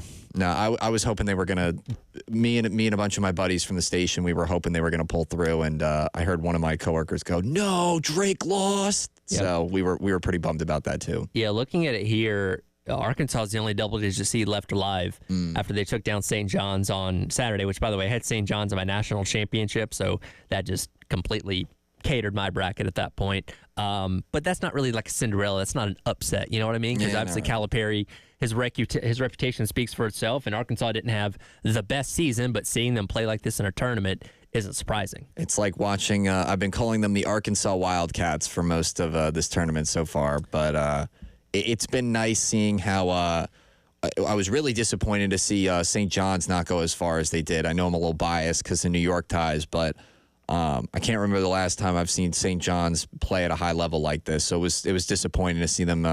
I think it was get that round of 32 exit. Yeah. Again, I think Rick Pitino is the best coach around now. And controversy aside, phenomenal coach. He's now taken 6 different teams into the tournament, which is insane. And I really had them going deep in this thing. A phenomenal game between them and Arkansas on Saturday, with those two coaches kind of renewing their rivalry a little bit there. But Arkansas ends up coming out on top, and they'll take on Texas Tech in the Sweet 16 coming up a little bit later on in the week. And it's a balance, right? Because we love the chaos of March Madness when you have 14s and 15s and the occasional 16 that jumps up there and beats the top seed, and buzzer beaters left and right in the first couple of days, and didn't really have that this year. So while the front end of the tournament maybe wasn't as crazy, I think we're setting up for these last couple of rounds to be played between high-level teams that are high seeds, which should hopefully give us good 16, a good 8, a good 4, and a good national championship. It's almost fallen the football narrative where they want, the top seeds to be there for the big championship games. That's hopefully going to bring the most set of eyes and the most sponsors, revenue, all that good stuff. So I'm hoping it's going to be at least a very exciting last couple of games in the season. Plus, a lot of people don't think about this when you're making a bracket. Those final 4 picks, the championship picks, the Elite 8 picks, those are more valuable in terms of like your scoring than, your round of 64 picks. So you could get all of those picks right, but if you pick like the winner or like the winner of the national championship or the winner of the final 4, you're probably going to get more points if you're in that like tournament challenge or if you're in like a bracket pool. So I mean, if you have a lot of those high seeds winning, you might still be in a position to maybe win some money. So it's funny because, the cliche this time of year is the people that aren't basketball fans that just throw things at a wall to see what sticks end up having the best brackets. Keep in mind, again, I do this for a living. I'm in the 20th percentile in my bracket. My wife is in the 94th. She was at 98 yesterday before the last couple of games of the second round happened. She's been killing it on both fronts. Like she's in the 90s in men and women's. Oh, you want to be like 100th percentile? Yeah, like so 99th percentile, like 100 is perfect. Nobody's perfect. But if you're in the 99th percentile. She was in 98 yesterday? She was in 98 yesterday up until the last, I forget, I don't think she had Ole Miss winning last night. But for the most part, she got 26 of the first 32. So the first round, she got 26 games right in the first round. I mean, if you're not, it's like riding the subway. If you follow the signs, you'll get to where you need to go. I mean, if you look at the higher numbers, if you follow those, you'll know where you need to go. So at least this year. Yeah, I kind of went into it. I was expecting more upsets. Like I had UC San Diego over Michigan. I had VCU going deep. Like, just kind of typical tournament stuff. But this year, for whatever reason, it's a little more chalk, and that ended up being my downfall. Yeah, I don't know what it is. Maybe that's just how the cookie crumbled this year. But there are a lot of good teams. I mean, I guess it's good that they're not just showing that they're regular season teams and that they came for, I guess, all the smoke this postseason. So hopefully, we've kind of been talking about this morning, hopefully it just means an exciting national championship game, really exciting Final Four, and an even juicier Elite 8 round. The question becomes now, what are people going to get more sick of by the end of the tournament? The Geico Pig commercial that has made its comeback, or Lady Gaga's Abracadabra theme song that plays at every bumper and plays inside the venues as well? I think the Geico Pig. The Geico Pig's been around for a while, and Lady Gaga's a talented individual, so I wouldn't mind bumping her, occasionally here or there. But I could see either one of them becoming the famous Burger King Whopper jingle. Yeah, like the Pig, it was around years ago, and it's funny because my wife and I were talking about it like 2 weeks ago. For whatever reason, I was like, "Hey, remember that commercial where the pig did the wee wee wee thing?" And I'm like, "Oh yeah, that was funny years ago," and now it's back. I don't know what their marketing strategy is, but it's on every single commercial break. So I actually had the chance to like sit down and start watching commercials with the games last night when I got off, and I actually saw that commercial come on, and I go, "No way! They brought the Geico Pig back." And yep. I just found myself literally, reciting. I'm not going to do it right now. I mean, it's funny, but when you see any commercial for the 8,000th time, especially if you really got into it from Thursday to yesterday, that's 4 days of seeing that commercial hundreds and hundreds of times. And that pig is annoying. It can be. Yeah, that pig is a little annoying for 4 days straight. Again, if you're not a Lady Gaga fan, Abracadabra is every bumper, right? And I like the song, but I imagine there's a lot of people out there that don't. And again, you're getting hit with it over and over again. It's better than Taylor Swift. I might piss a lot of people off by saying that, but yeah, but it's song of the tournament. Yeah. And you're going to keep hearing it, whether you like it or not, and keep seeing the pig unless you just DVR it and fast forward through the commercials. They just better not play either when they announce who the winner of the national championship game is and confetti's coming down and everyone's celebrating, because it would almost make it kind of funny. Well, the first commercial break after the game's over, I guarantee you the pig's going to be there. Well, Geico's probably paying have either the pig or whatever. Sure. They need to redo it is what they need to do, because if they're going to bring back an ancient relic like the Geico Pig, if they, kind of redid the commercial in a way, people would be like, "Oh yeah, it's like a spin-off." Like, have they had like sequel commercials, so to speak? They used to do that with the cavemen. You remember the cavemen commercials back in the day? They had like a series going there. But the pig was a one-off, and for whatever reason they brought it back. But I've already seen the people that have gotten fed up with it even after only a couple days. So we'll see what happens. Speaking of bizarre things in this tournament, is the story of the tournament somebody that's not even touching the court? We'll discuss that coming up next. Quick reminder, tomorrow baseball, North Carolina up in Charlotte taking on South Carolina here on the game at 7 o'clock. Pregame coverage starting at 6:45 on the game in Columbia at 100.3, the game out in Myrtle Beach. Then Carolina calls the Coach Maneri on Thursday at 6 o'clock on those same two stations. It is the Extra Point. It's Tyler Head and Sam Shapiro on your Monday here on the game.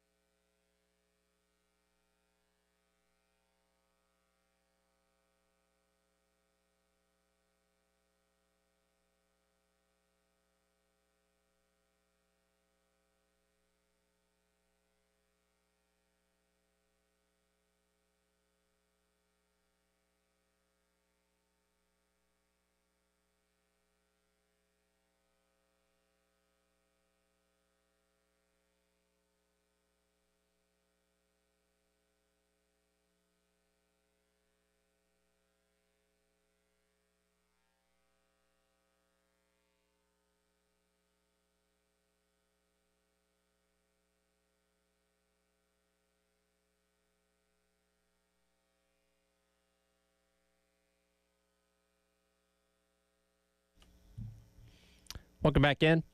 Extra Point. Tyler and Sam Shapiro along with you here on your Monday on the Game. Talking all things men's basketball and the NCAA tournament. Have you been following the Amir Khan storyline? It's really been going on before the tournament, but it's really kind of kicked into another gear, especially since McNeese took down Clemson in round one. The aura from this kid. Amir Aura Khan, the student manager for McNeese State, that going into, I want to say in their conference tournament is where he started to garner a lot of buzz a couple weeks ago because he walks out of the locker room, he's got the boom box, players get hyped up and all that kind of stuff, and that's neat. But again, when McNeese pulls off one of the few upsets we've seen in the first round, it kind of took it to this whole level. Buffalo Wild Wings was giving him an NIL deal. Under Armour sent him a custom yellow suit that he was wearing on in their game on Saturday, I guess it was. His popularity just soared this past weekend. I don't understand how necessarily just people, I guess, rise to fame like that just for being, I don't know, a personality or a character. But I mean, maybe I think a lot of it also plays into when people being genuine truly shines through. And you could totally see the energy from this kid and him just wanting to be in that team environment. I feel like a lot of, people that are, students that kind of step into that role want to be part of the team or, want to be in a team environment, even if they're not, 6 feet tall or, can run around and dunk a basketball, but, they still want to be there, be in that atmosphere, and they want to, be responsible in helping that team win. And I think his energy was just a very genuine way of kind of expressing that he was just quite honestly happy to be there. Yeah, and I think it goes as well to look at the kid. I mean, he doesn't look like an athlete. He's not somebody that's out there playing. He just looks like your average kind of nerdy looking guy that has this personality that the team loves. Obviously, hyping him up with rap songs coming out of the locker room and all that kind of stuff. It's a classic, I don't know. It's just I'm trying to find the best to describe this. Just something that is quirky, right? And that's why people love it. But at the same time, when something gets brought up too much, people start to hate it. And that's what I started to notice. And McNeese lost to Purdue over the weekend in the second round, so their run is done. But I already started to see people say, man, I'm really sick of this guy. Sick of seeing this guy, sick of the commercial, or not the commercials, but seeing him he was sitting next to Spike Lee on Saturday at the Purdue game.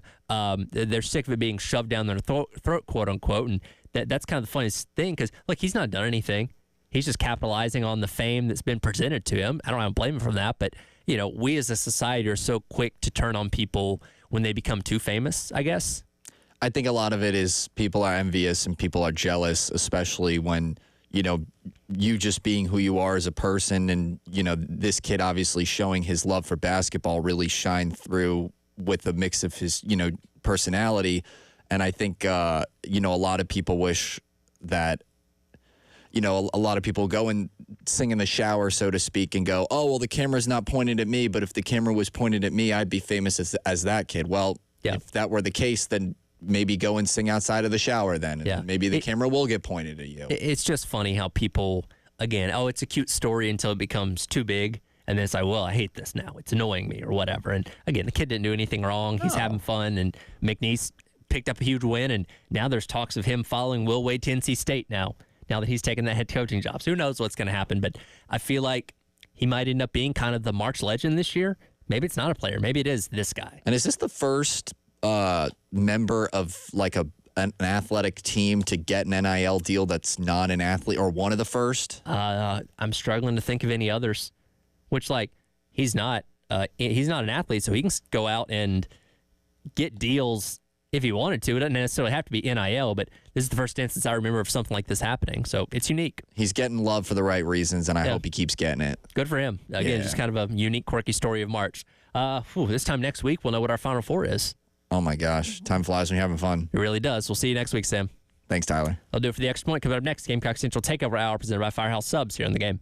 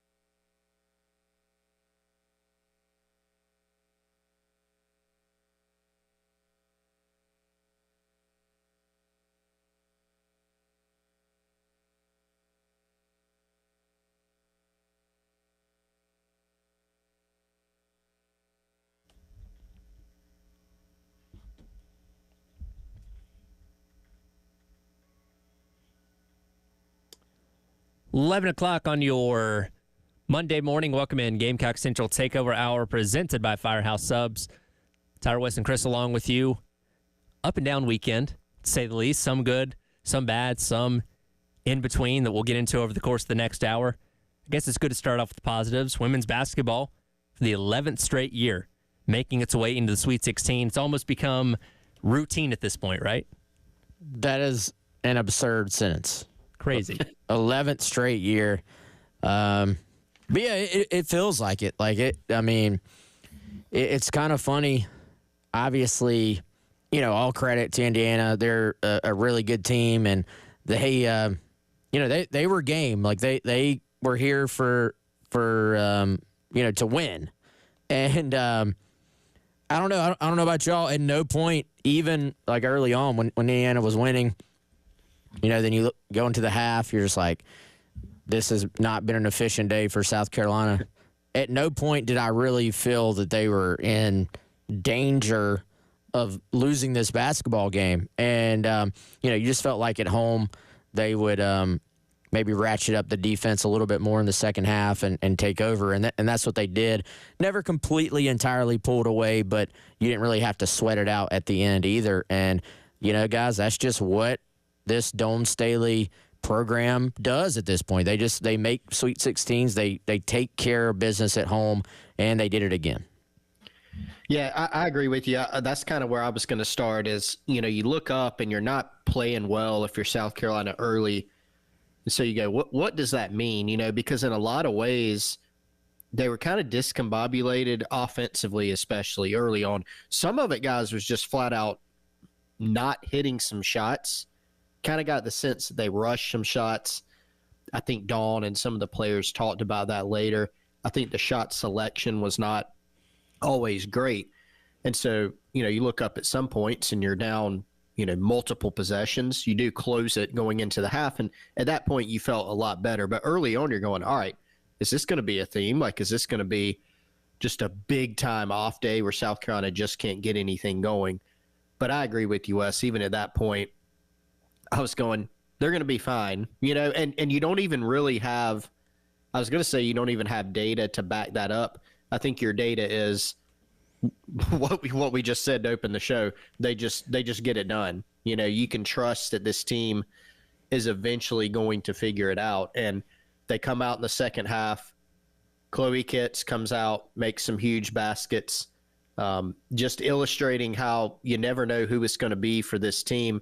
Tahina Pau goes from, big-time three-point shooter to blocking all sorts of shots. You don't get as much from Fulwiley, but you get huge contributions from others. Sanaya Fagan ended up playing a huge role. Just the depth of this team once again showed through. And, Indiana's an impressive team. They are very, very well coached. They have shooters. You got to worry about really at some points 4 out of their 5 players, sometimes all 5 players on the floor for them can really shoot it. And I think that was a big difference actually in last year's game and this one, is South Carolina did a much, much better job defending against the three-point shot. So that's how the Gamecocks really got it turned around. You're sitting there in the first half going, all right, they'll probably be able to slow it down. They'll be able to get better shots. They'll be able to finish some of these shots that they missed or rushed in the first half. That's really what got it started in the second half, is defensively they were excellent. And Dawn Staley once again gave Bree Hall her flowers after the game for the job that she did defensively, which I thought was outstanding and helped spur them on to victory. Well, you mentioned Chloe Kitts, and she was out of the first half for a lot because she was in foul trouble with 2 fouls. Pretty early, they only played 7 minutes out of the first 20. And again, she comes out in third quarter, hair on fire, scores a ton of points, gets a 3-pointer there as well en route to yet another double-double. And she was kind of that spark they needed in that second half to pull away there in the third quarter and then manage the gap throughout the fourth. And you mentioned last year's game against Indiana. This was a capable team that a year ago made it very close for South Carolina when they faced off in the tournament. So as you get deeper into this thing, we obviously know you're taking on better and better teams. They ran right through, Tennessee Tech to the route of 60 points on Friday, kind of what we expect them to do. But you're going to have more challenges the deeper you get into this thing. And once again, found a little bit of adversity yesterday, being down by 1 point at halftime, which is something they've done a couple times this year, including in all 3 of their losses. Come out in third quarter, play a whole lot better, and end up picking up yet another ticket being punched to the Sweet 16. I thought Fagan's energy, it's kind of funny. You just watch people's body language and, when things were not going well, I thought Fagan sort of said, all right, I see an opportunity here to kind of pick up the slack. And, I thought she played confidently. I thought she played aggressively and kind of like a look, guys, I'm the senior. I'm going to step in here and I'm just going to give us all confidence. And she did that. And then I thought Chloe had a stretch where, I don't know, I think she scored maybe 7 points or so in a spurt and, hit a three, was playing confidently, was feeding into the crowd as well. And, then you look in the second half in particular, how South Carolina played defense and just sort of ultimately this program, no matter how much talent they get, no matter how they score the basketball or have different people who can score the basketball, they are built on defense. And, I think just the way they were rotating to the basketball, the way that they were hustling, especially to start the second half, really, I think set the tone down the stretch. And then, you have some big shots along the way. But just in a lot of ways, it was not like the complete dominant effort, but in a lot of ways, this was South Carolina basketball in that, hey, the defense is ultimately going to sort of lead to offense. You're going to play well and feed off the crowd in terms of the second half, and it's going to be a total team effort. It's going to be a sort of a depth game where everybody has to contribute at least in some way. And the fun thing is, next game, it may be a different 2 or 3 girls that just kind of lead the way. But I really thought, especially when things were not going well, that Fagan was just massive for this team and confident and kind of just was a leader on the court, it seemed like. Yeah, she was. She has been outstanding, and that's where my head went watching this game. There was a time, and it was probably at this point, guys, maybe 2 or 3 years ago, and Dawn Staley talked about how talented Sanaya Fagan was. She put her talent level up there against, some of the greats that she's coached and that have rolled through Carolina. And at the time, you're sitting there going, we haven't seen that thus far, except in small sample sizes. But Dawn's earned the ability, you got to trust what she's saying, right? So when she's telling us that one day Joyce Edwards is going to be one of, if not the best player in the country, and you see what Joyce has already done as a freshman, you go, okay, we probably should have listened a little bit more on Sanaya Fagan because, yes, she's waited her turn, which you have to have, I think, especially in this area, you have massive respect for that. She's been around a while, and she's just developed into such a well-rounded player to where defensively she's given you a lot. She can hit the mid-range jumper, which in a lot of games, guys, has really, really helped them because if teams sag off of her in the post, she can pull up from the free throw line or the elbow. She can make a shot. She's a good finisher around the rim. She has brought, I think, a great element to this team where as she's continued to get better, more comfortable, and progress, it's helped them a lot from a play style standpoint. But she's also been a tremendous leader, and you can kind of see that if you watch the games. Her body language, her communication with her teammates, it's been really, really good. Again, they'll await the winner of Alabama and Maryland, who take each other on today at 5 o'clock on ESPN2 to see how they'll match up with in the Sweet 16. Will be in Birmingham as they go through the next couple rounds, and it's kind of expected. The women's tournament is usually a little more straightforward than the men's can be at times, where you have all the number 1 seeds still live. You still have TCU, you still have UConn, all these teams that South Carolina has potential to match up with later on. Texas, Southern Cal, UCLA, all those teams that we're expecting them to go head-to-head with at some point still live. And again, the next one's either going to be a Maryland team that you have seen in years past or an Alabama team that you've already beaten a little bit earlier on this season as you head into the next round here. Yeah, and if I saw correctly, Alabama actually a slight favorite in that game, which kind of surprised me a little bit. Yeah, 1.5 favorite.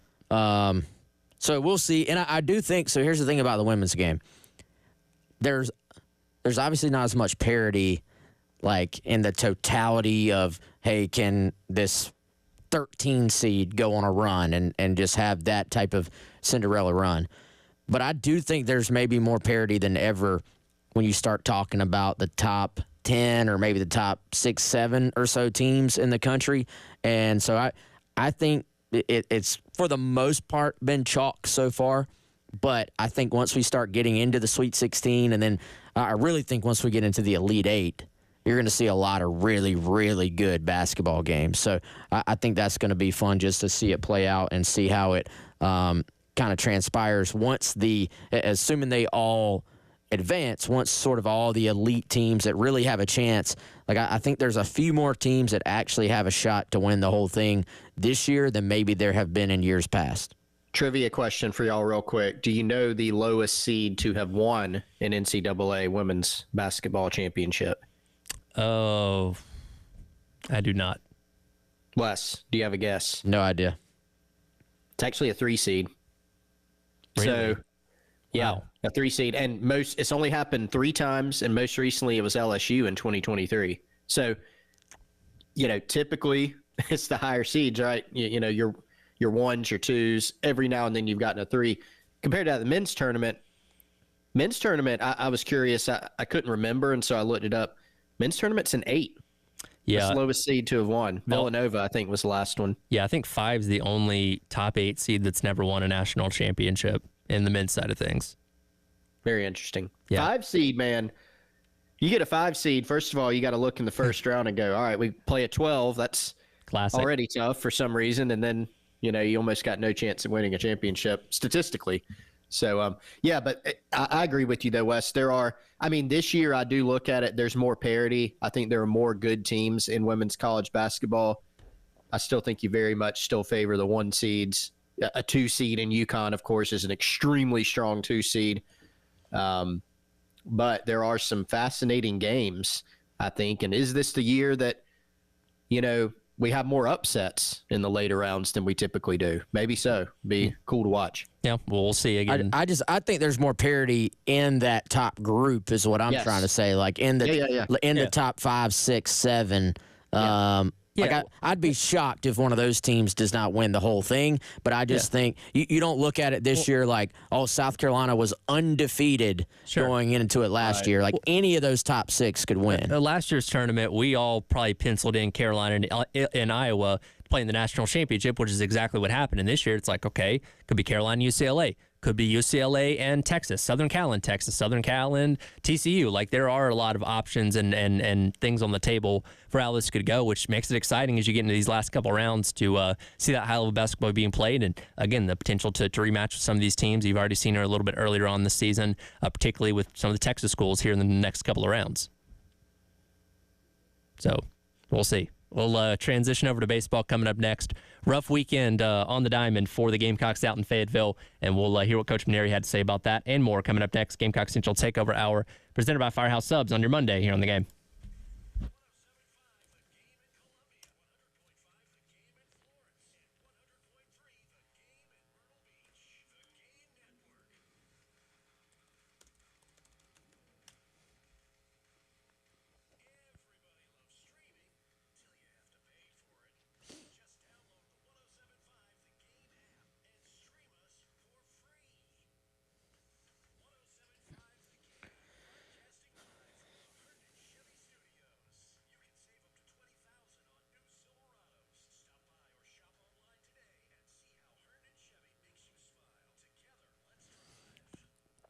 All right, guys, of course, lots of great sports action going on right now, and gives you a great excuse to go ahead and upgrade the man cave at the house. Hit up our friends at Integrated Media. You can call them today, 803-948-8327, or head on over to integratedmediainc.com where you can get a better idea of some of their many services. Also, a gallery on there of some of the great things they have done at homes around the Midlands. You may be saying, what all can they do for me at my house? So basically the short version is anything involving tech. Specifically, you're talking about audio and video or security and cameras around your home. And then, of course, integrating all those things together, you could get it all set up on an awesome tablet system where it's all just there, a touch of a finger away. Smart home services, home theater services, audio and video, TV install, hiding the wires, hanging it on the wall, all that good stuff. And then, of course, security and cameras as well. Go check them out right now, integratedmediainc.com.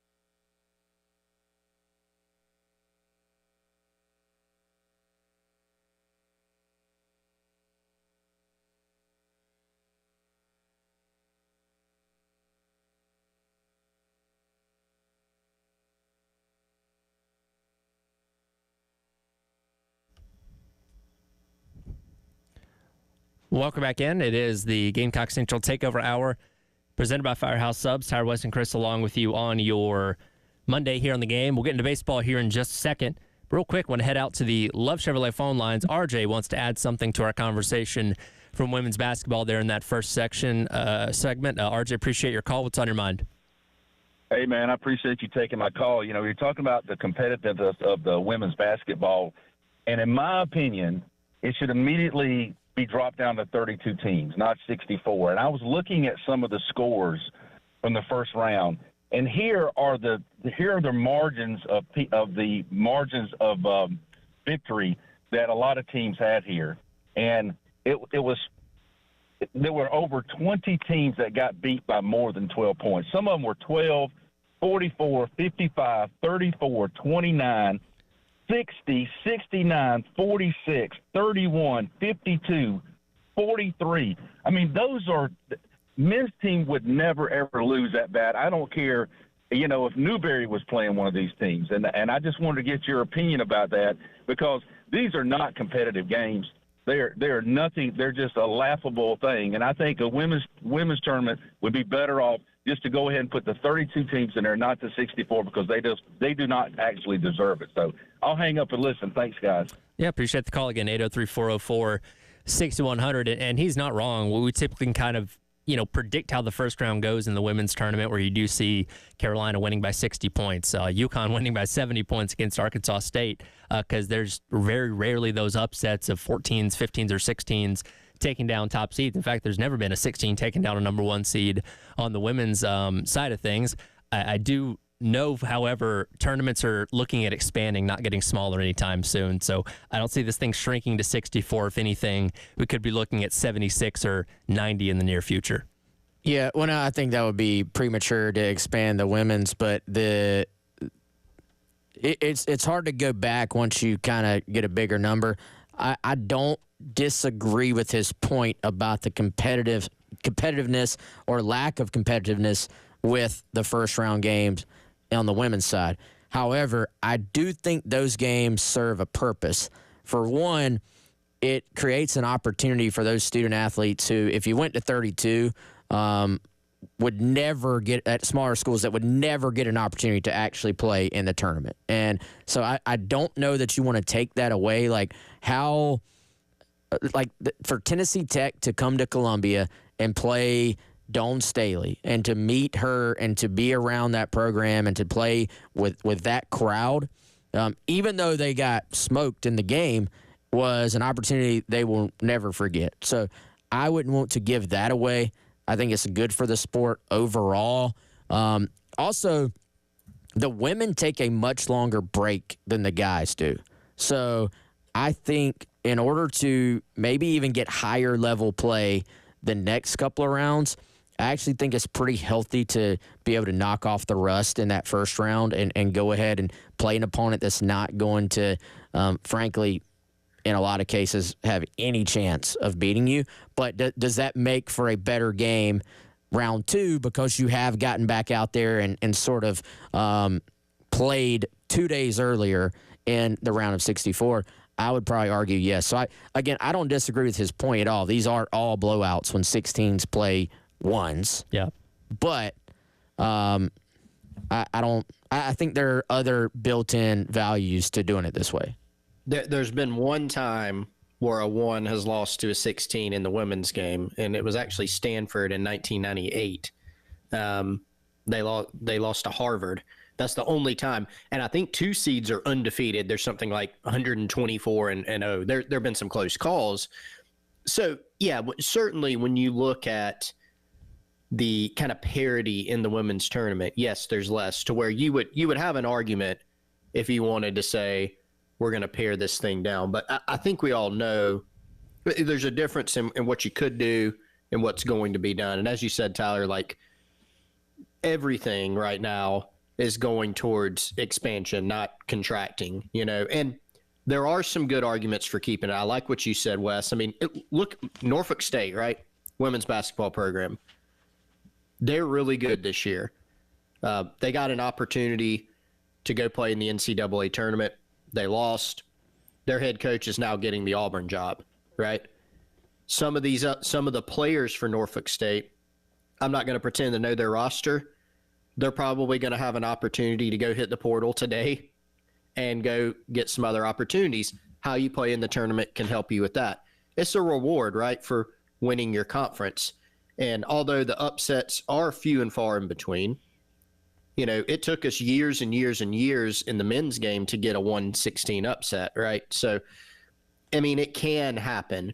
I think there's more parity in the men's game just year after year in terms of upsets and, you know, what can happen. We were talking about that all last segment that, you know, typically in the women's game, that the lower seeds, the ones, the twos, only a few times the three, those are the ones that are typically going to win, right? But so I think you can make arguments for both sides. I just don't see them shrinking the tournament anytime soon. I do not think that'll happen. Well, and I think it's interesting to point out as well, going back to, you know, our conversation about how much parity there is at the top, which wasn't the case a couple years ago, where you could put essentially three teams and say, okay, it's going to be one of these three teams to win the national championship. And this year we're talking anywhere between, you know, 4 and 8 teams that have a legitimate good shot at it. How long is it going to take that to trickle down more? And especially with NIL and players moving place to place and all that kind of stuff, can that eventually trickle down to where we have more competitive games when it comes to these double-digit seeds? Possibly. I don't know if it's going to happen next year or in the next 2 or 3 years, but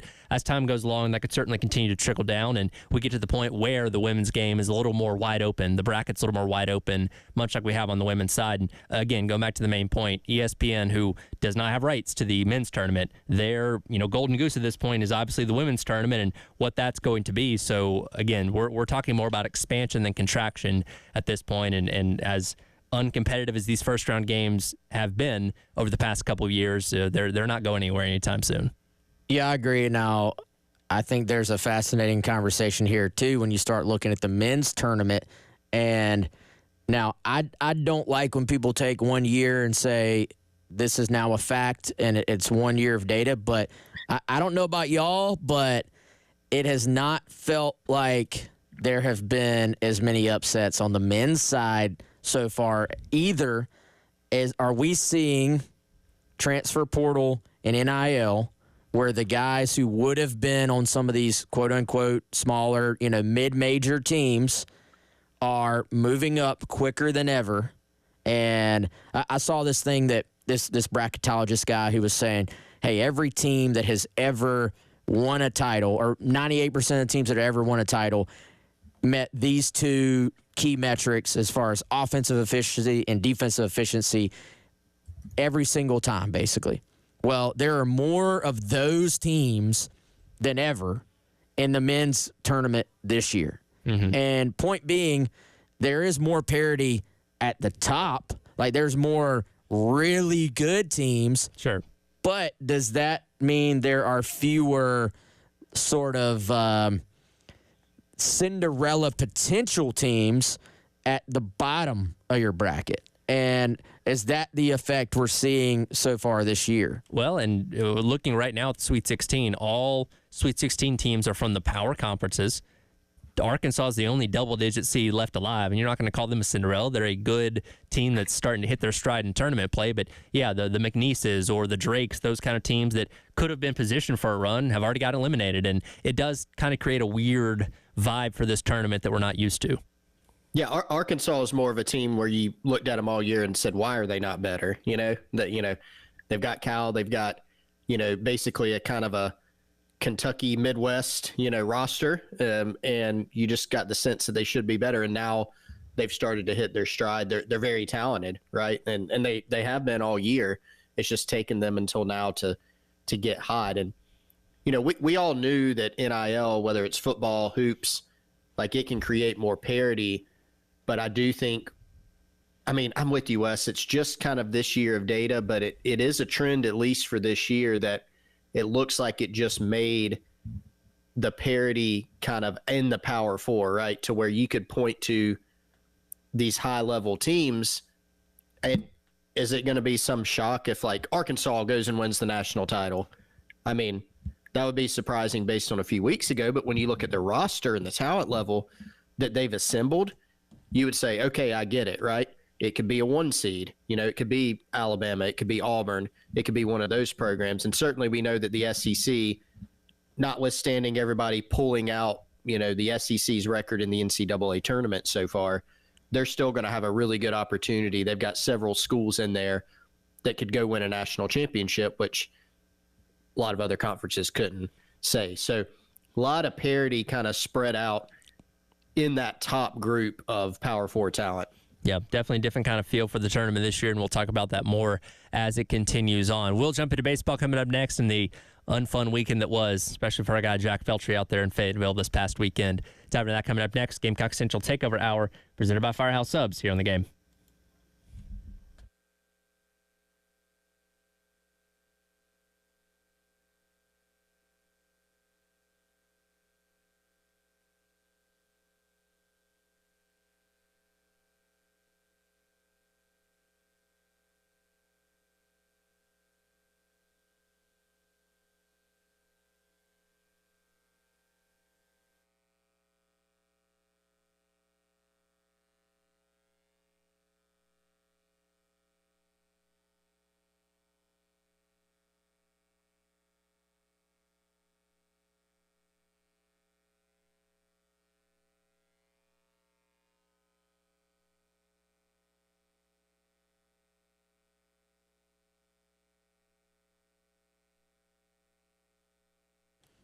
All right, guys, you know what? This show brought to you by our friends over at Firehouse Subs. You want to try something new?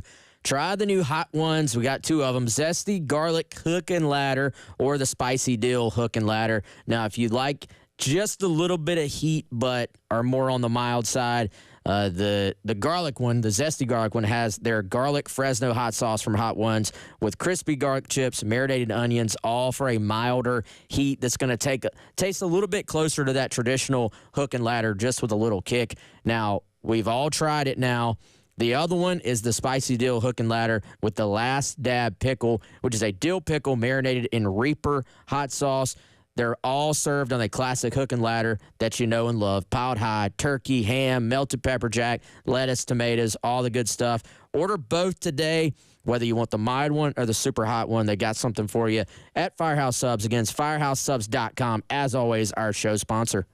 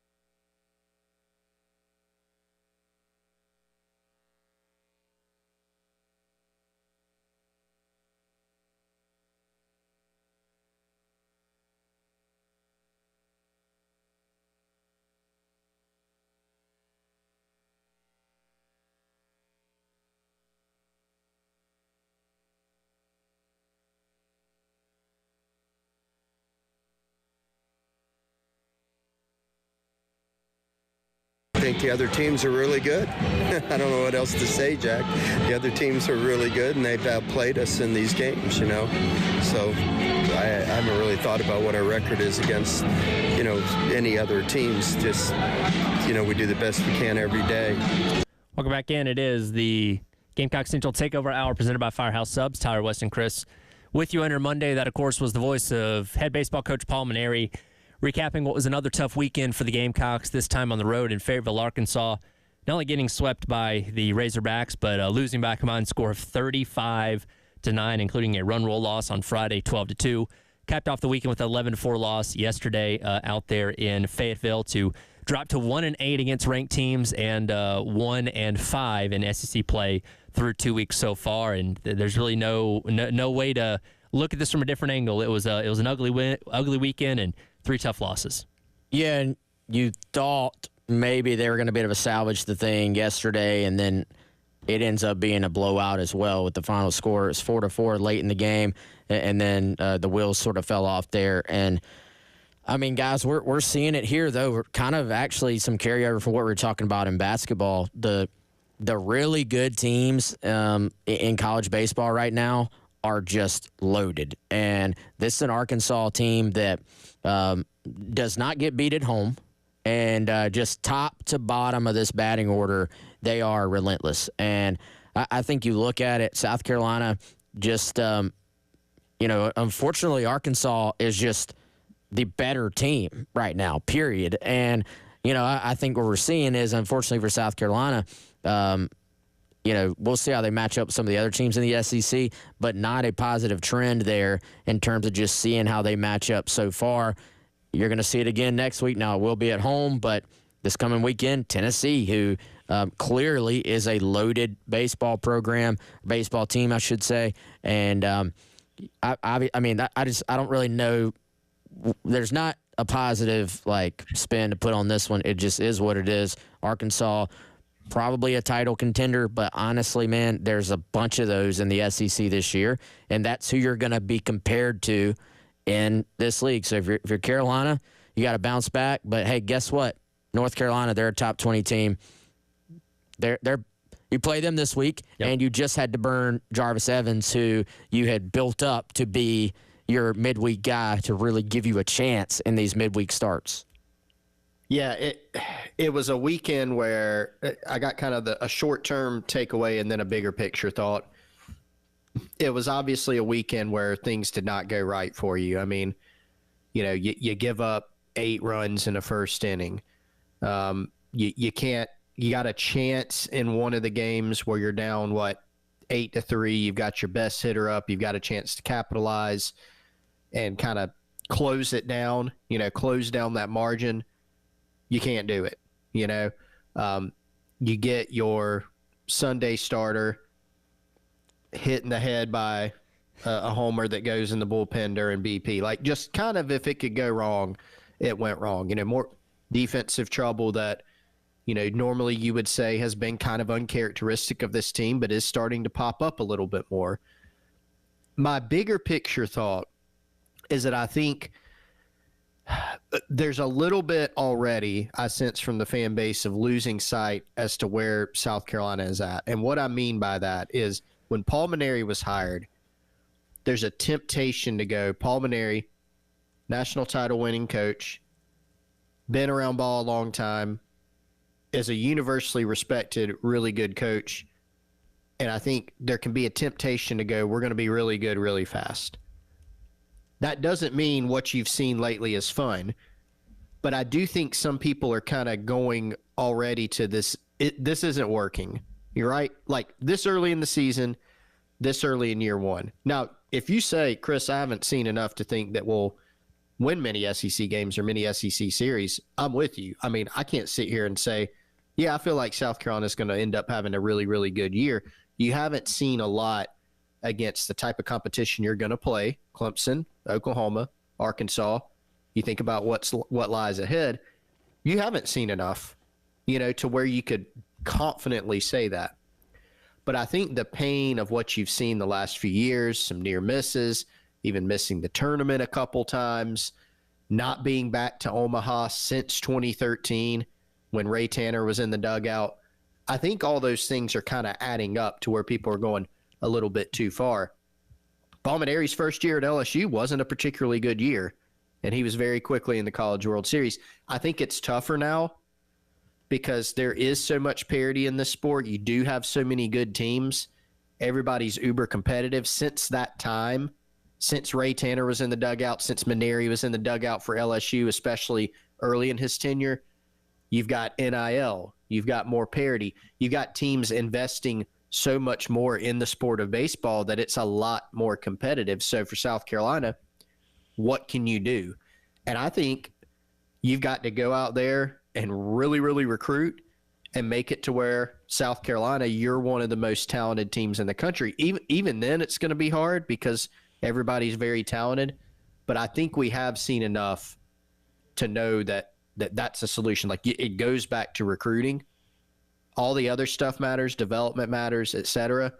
But I think at the end of the day, that's my main takeaway of what we've seen so far. Yeah, and again, it doesn't get easier. You got North Carolina tomorrow, Tennessee coming up this weekend, and we've talked about at the beginning of the year, even coming off the series loss to Clemson, that Mainieri's teams famously get better as the season goes along. They go back to those great LSU teams, and there were plenty of head-scratching losses early on in the season, but there's a clear difference with how they play against the mid-major teams they're supposed to beat, which they've beaten all of them, and the teams that have a number next to their name, which they've lost to every single time except for Oklahoma last weekend, which, again, even in the third game, you still had a 2-run lead going into the ninth inning and unfortunately fell short there. But getting just run out of the building this past weekend in Fayetteville is definitely a huge reason for concern. And, again, baseball is a funny sport where teams can go through slumps and teams can get hot at different times, but you just haven't seen a whole lot of promise versus these really good teams just yet to instill the belief that they're suddenly going to be able to flip a switch and turn it around as we head into the second half of the season. Well, and I think, guys, this is part of the reason why you knew deep down losing that Oklahoma series the way that you did, it was going to really come back to haunt you, right? Like, if you add in this sweep, even, you're still not feeling great because you'd be 2-4, but you're at least like, okay, you're not completely in a massive hole. Now you're just looking at a massive hole, and arguably the best team in the country is coming to your place this coming weekend. And again, like I said earlier, with a tough midweek as well. So it's just tough, man. I do wonder, and this is just me wondering out loud, I wonder, when Mainieri was sort of evaluating what they had on this team, and he's obviously a very confident guy, and I think he probably was partially also just wanting to instill that confidence in his players.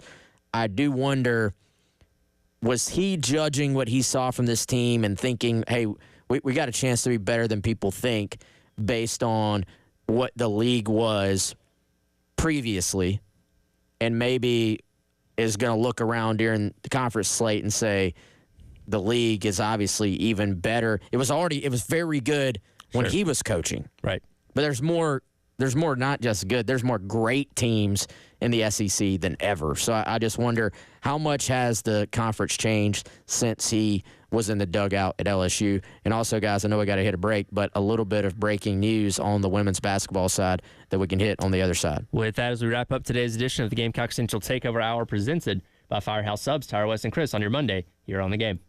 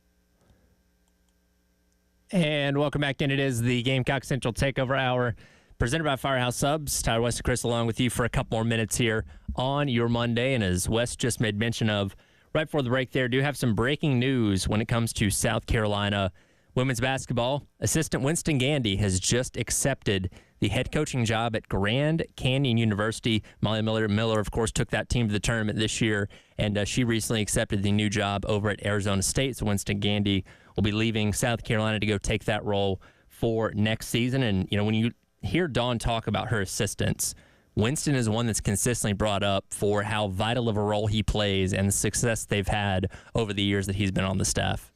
Yeah, for sure. And it was a coup just to get him from Duke, which obviously is an outstanding women's basketball program in its own right. And, you know, in South Carolina, I feel like sort of just stole him from them. You're going, okay, that's a big boy move right there. And so brought him in and was really credited for doing a great job with South Carolina's guards. And, you know, as someone, you know South Carolina will be in a position to go out and get somebody who's really, really good, really, really talented in terms of filling this spot. But let's be clear, too, he did a fantastic job and will be missed here at South Carolina. And, you know, that Dome Staley puts her assistants in a position to succeed as well.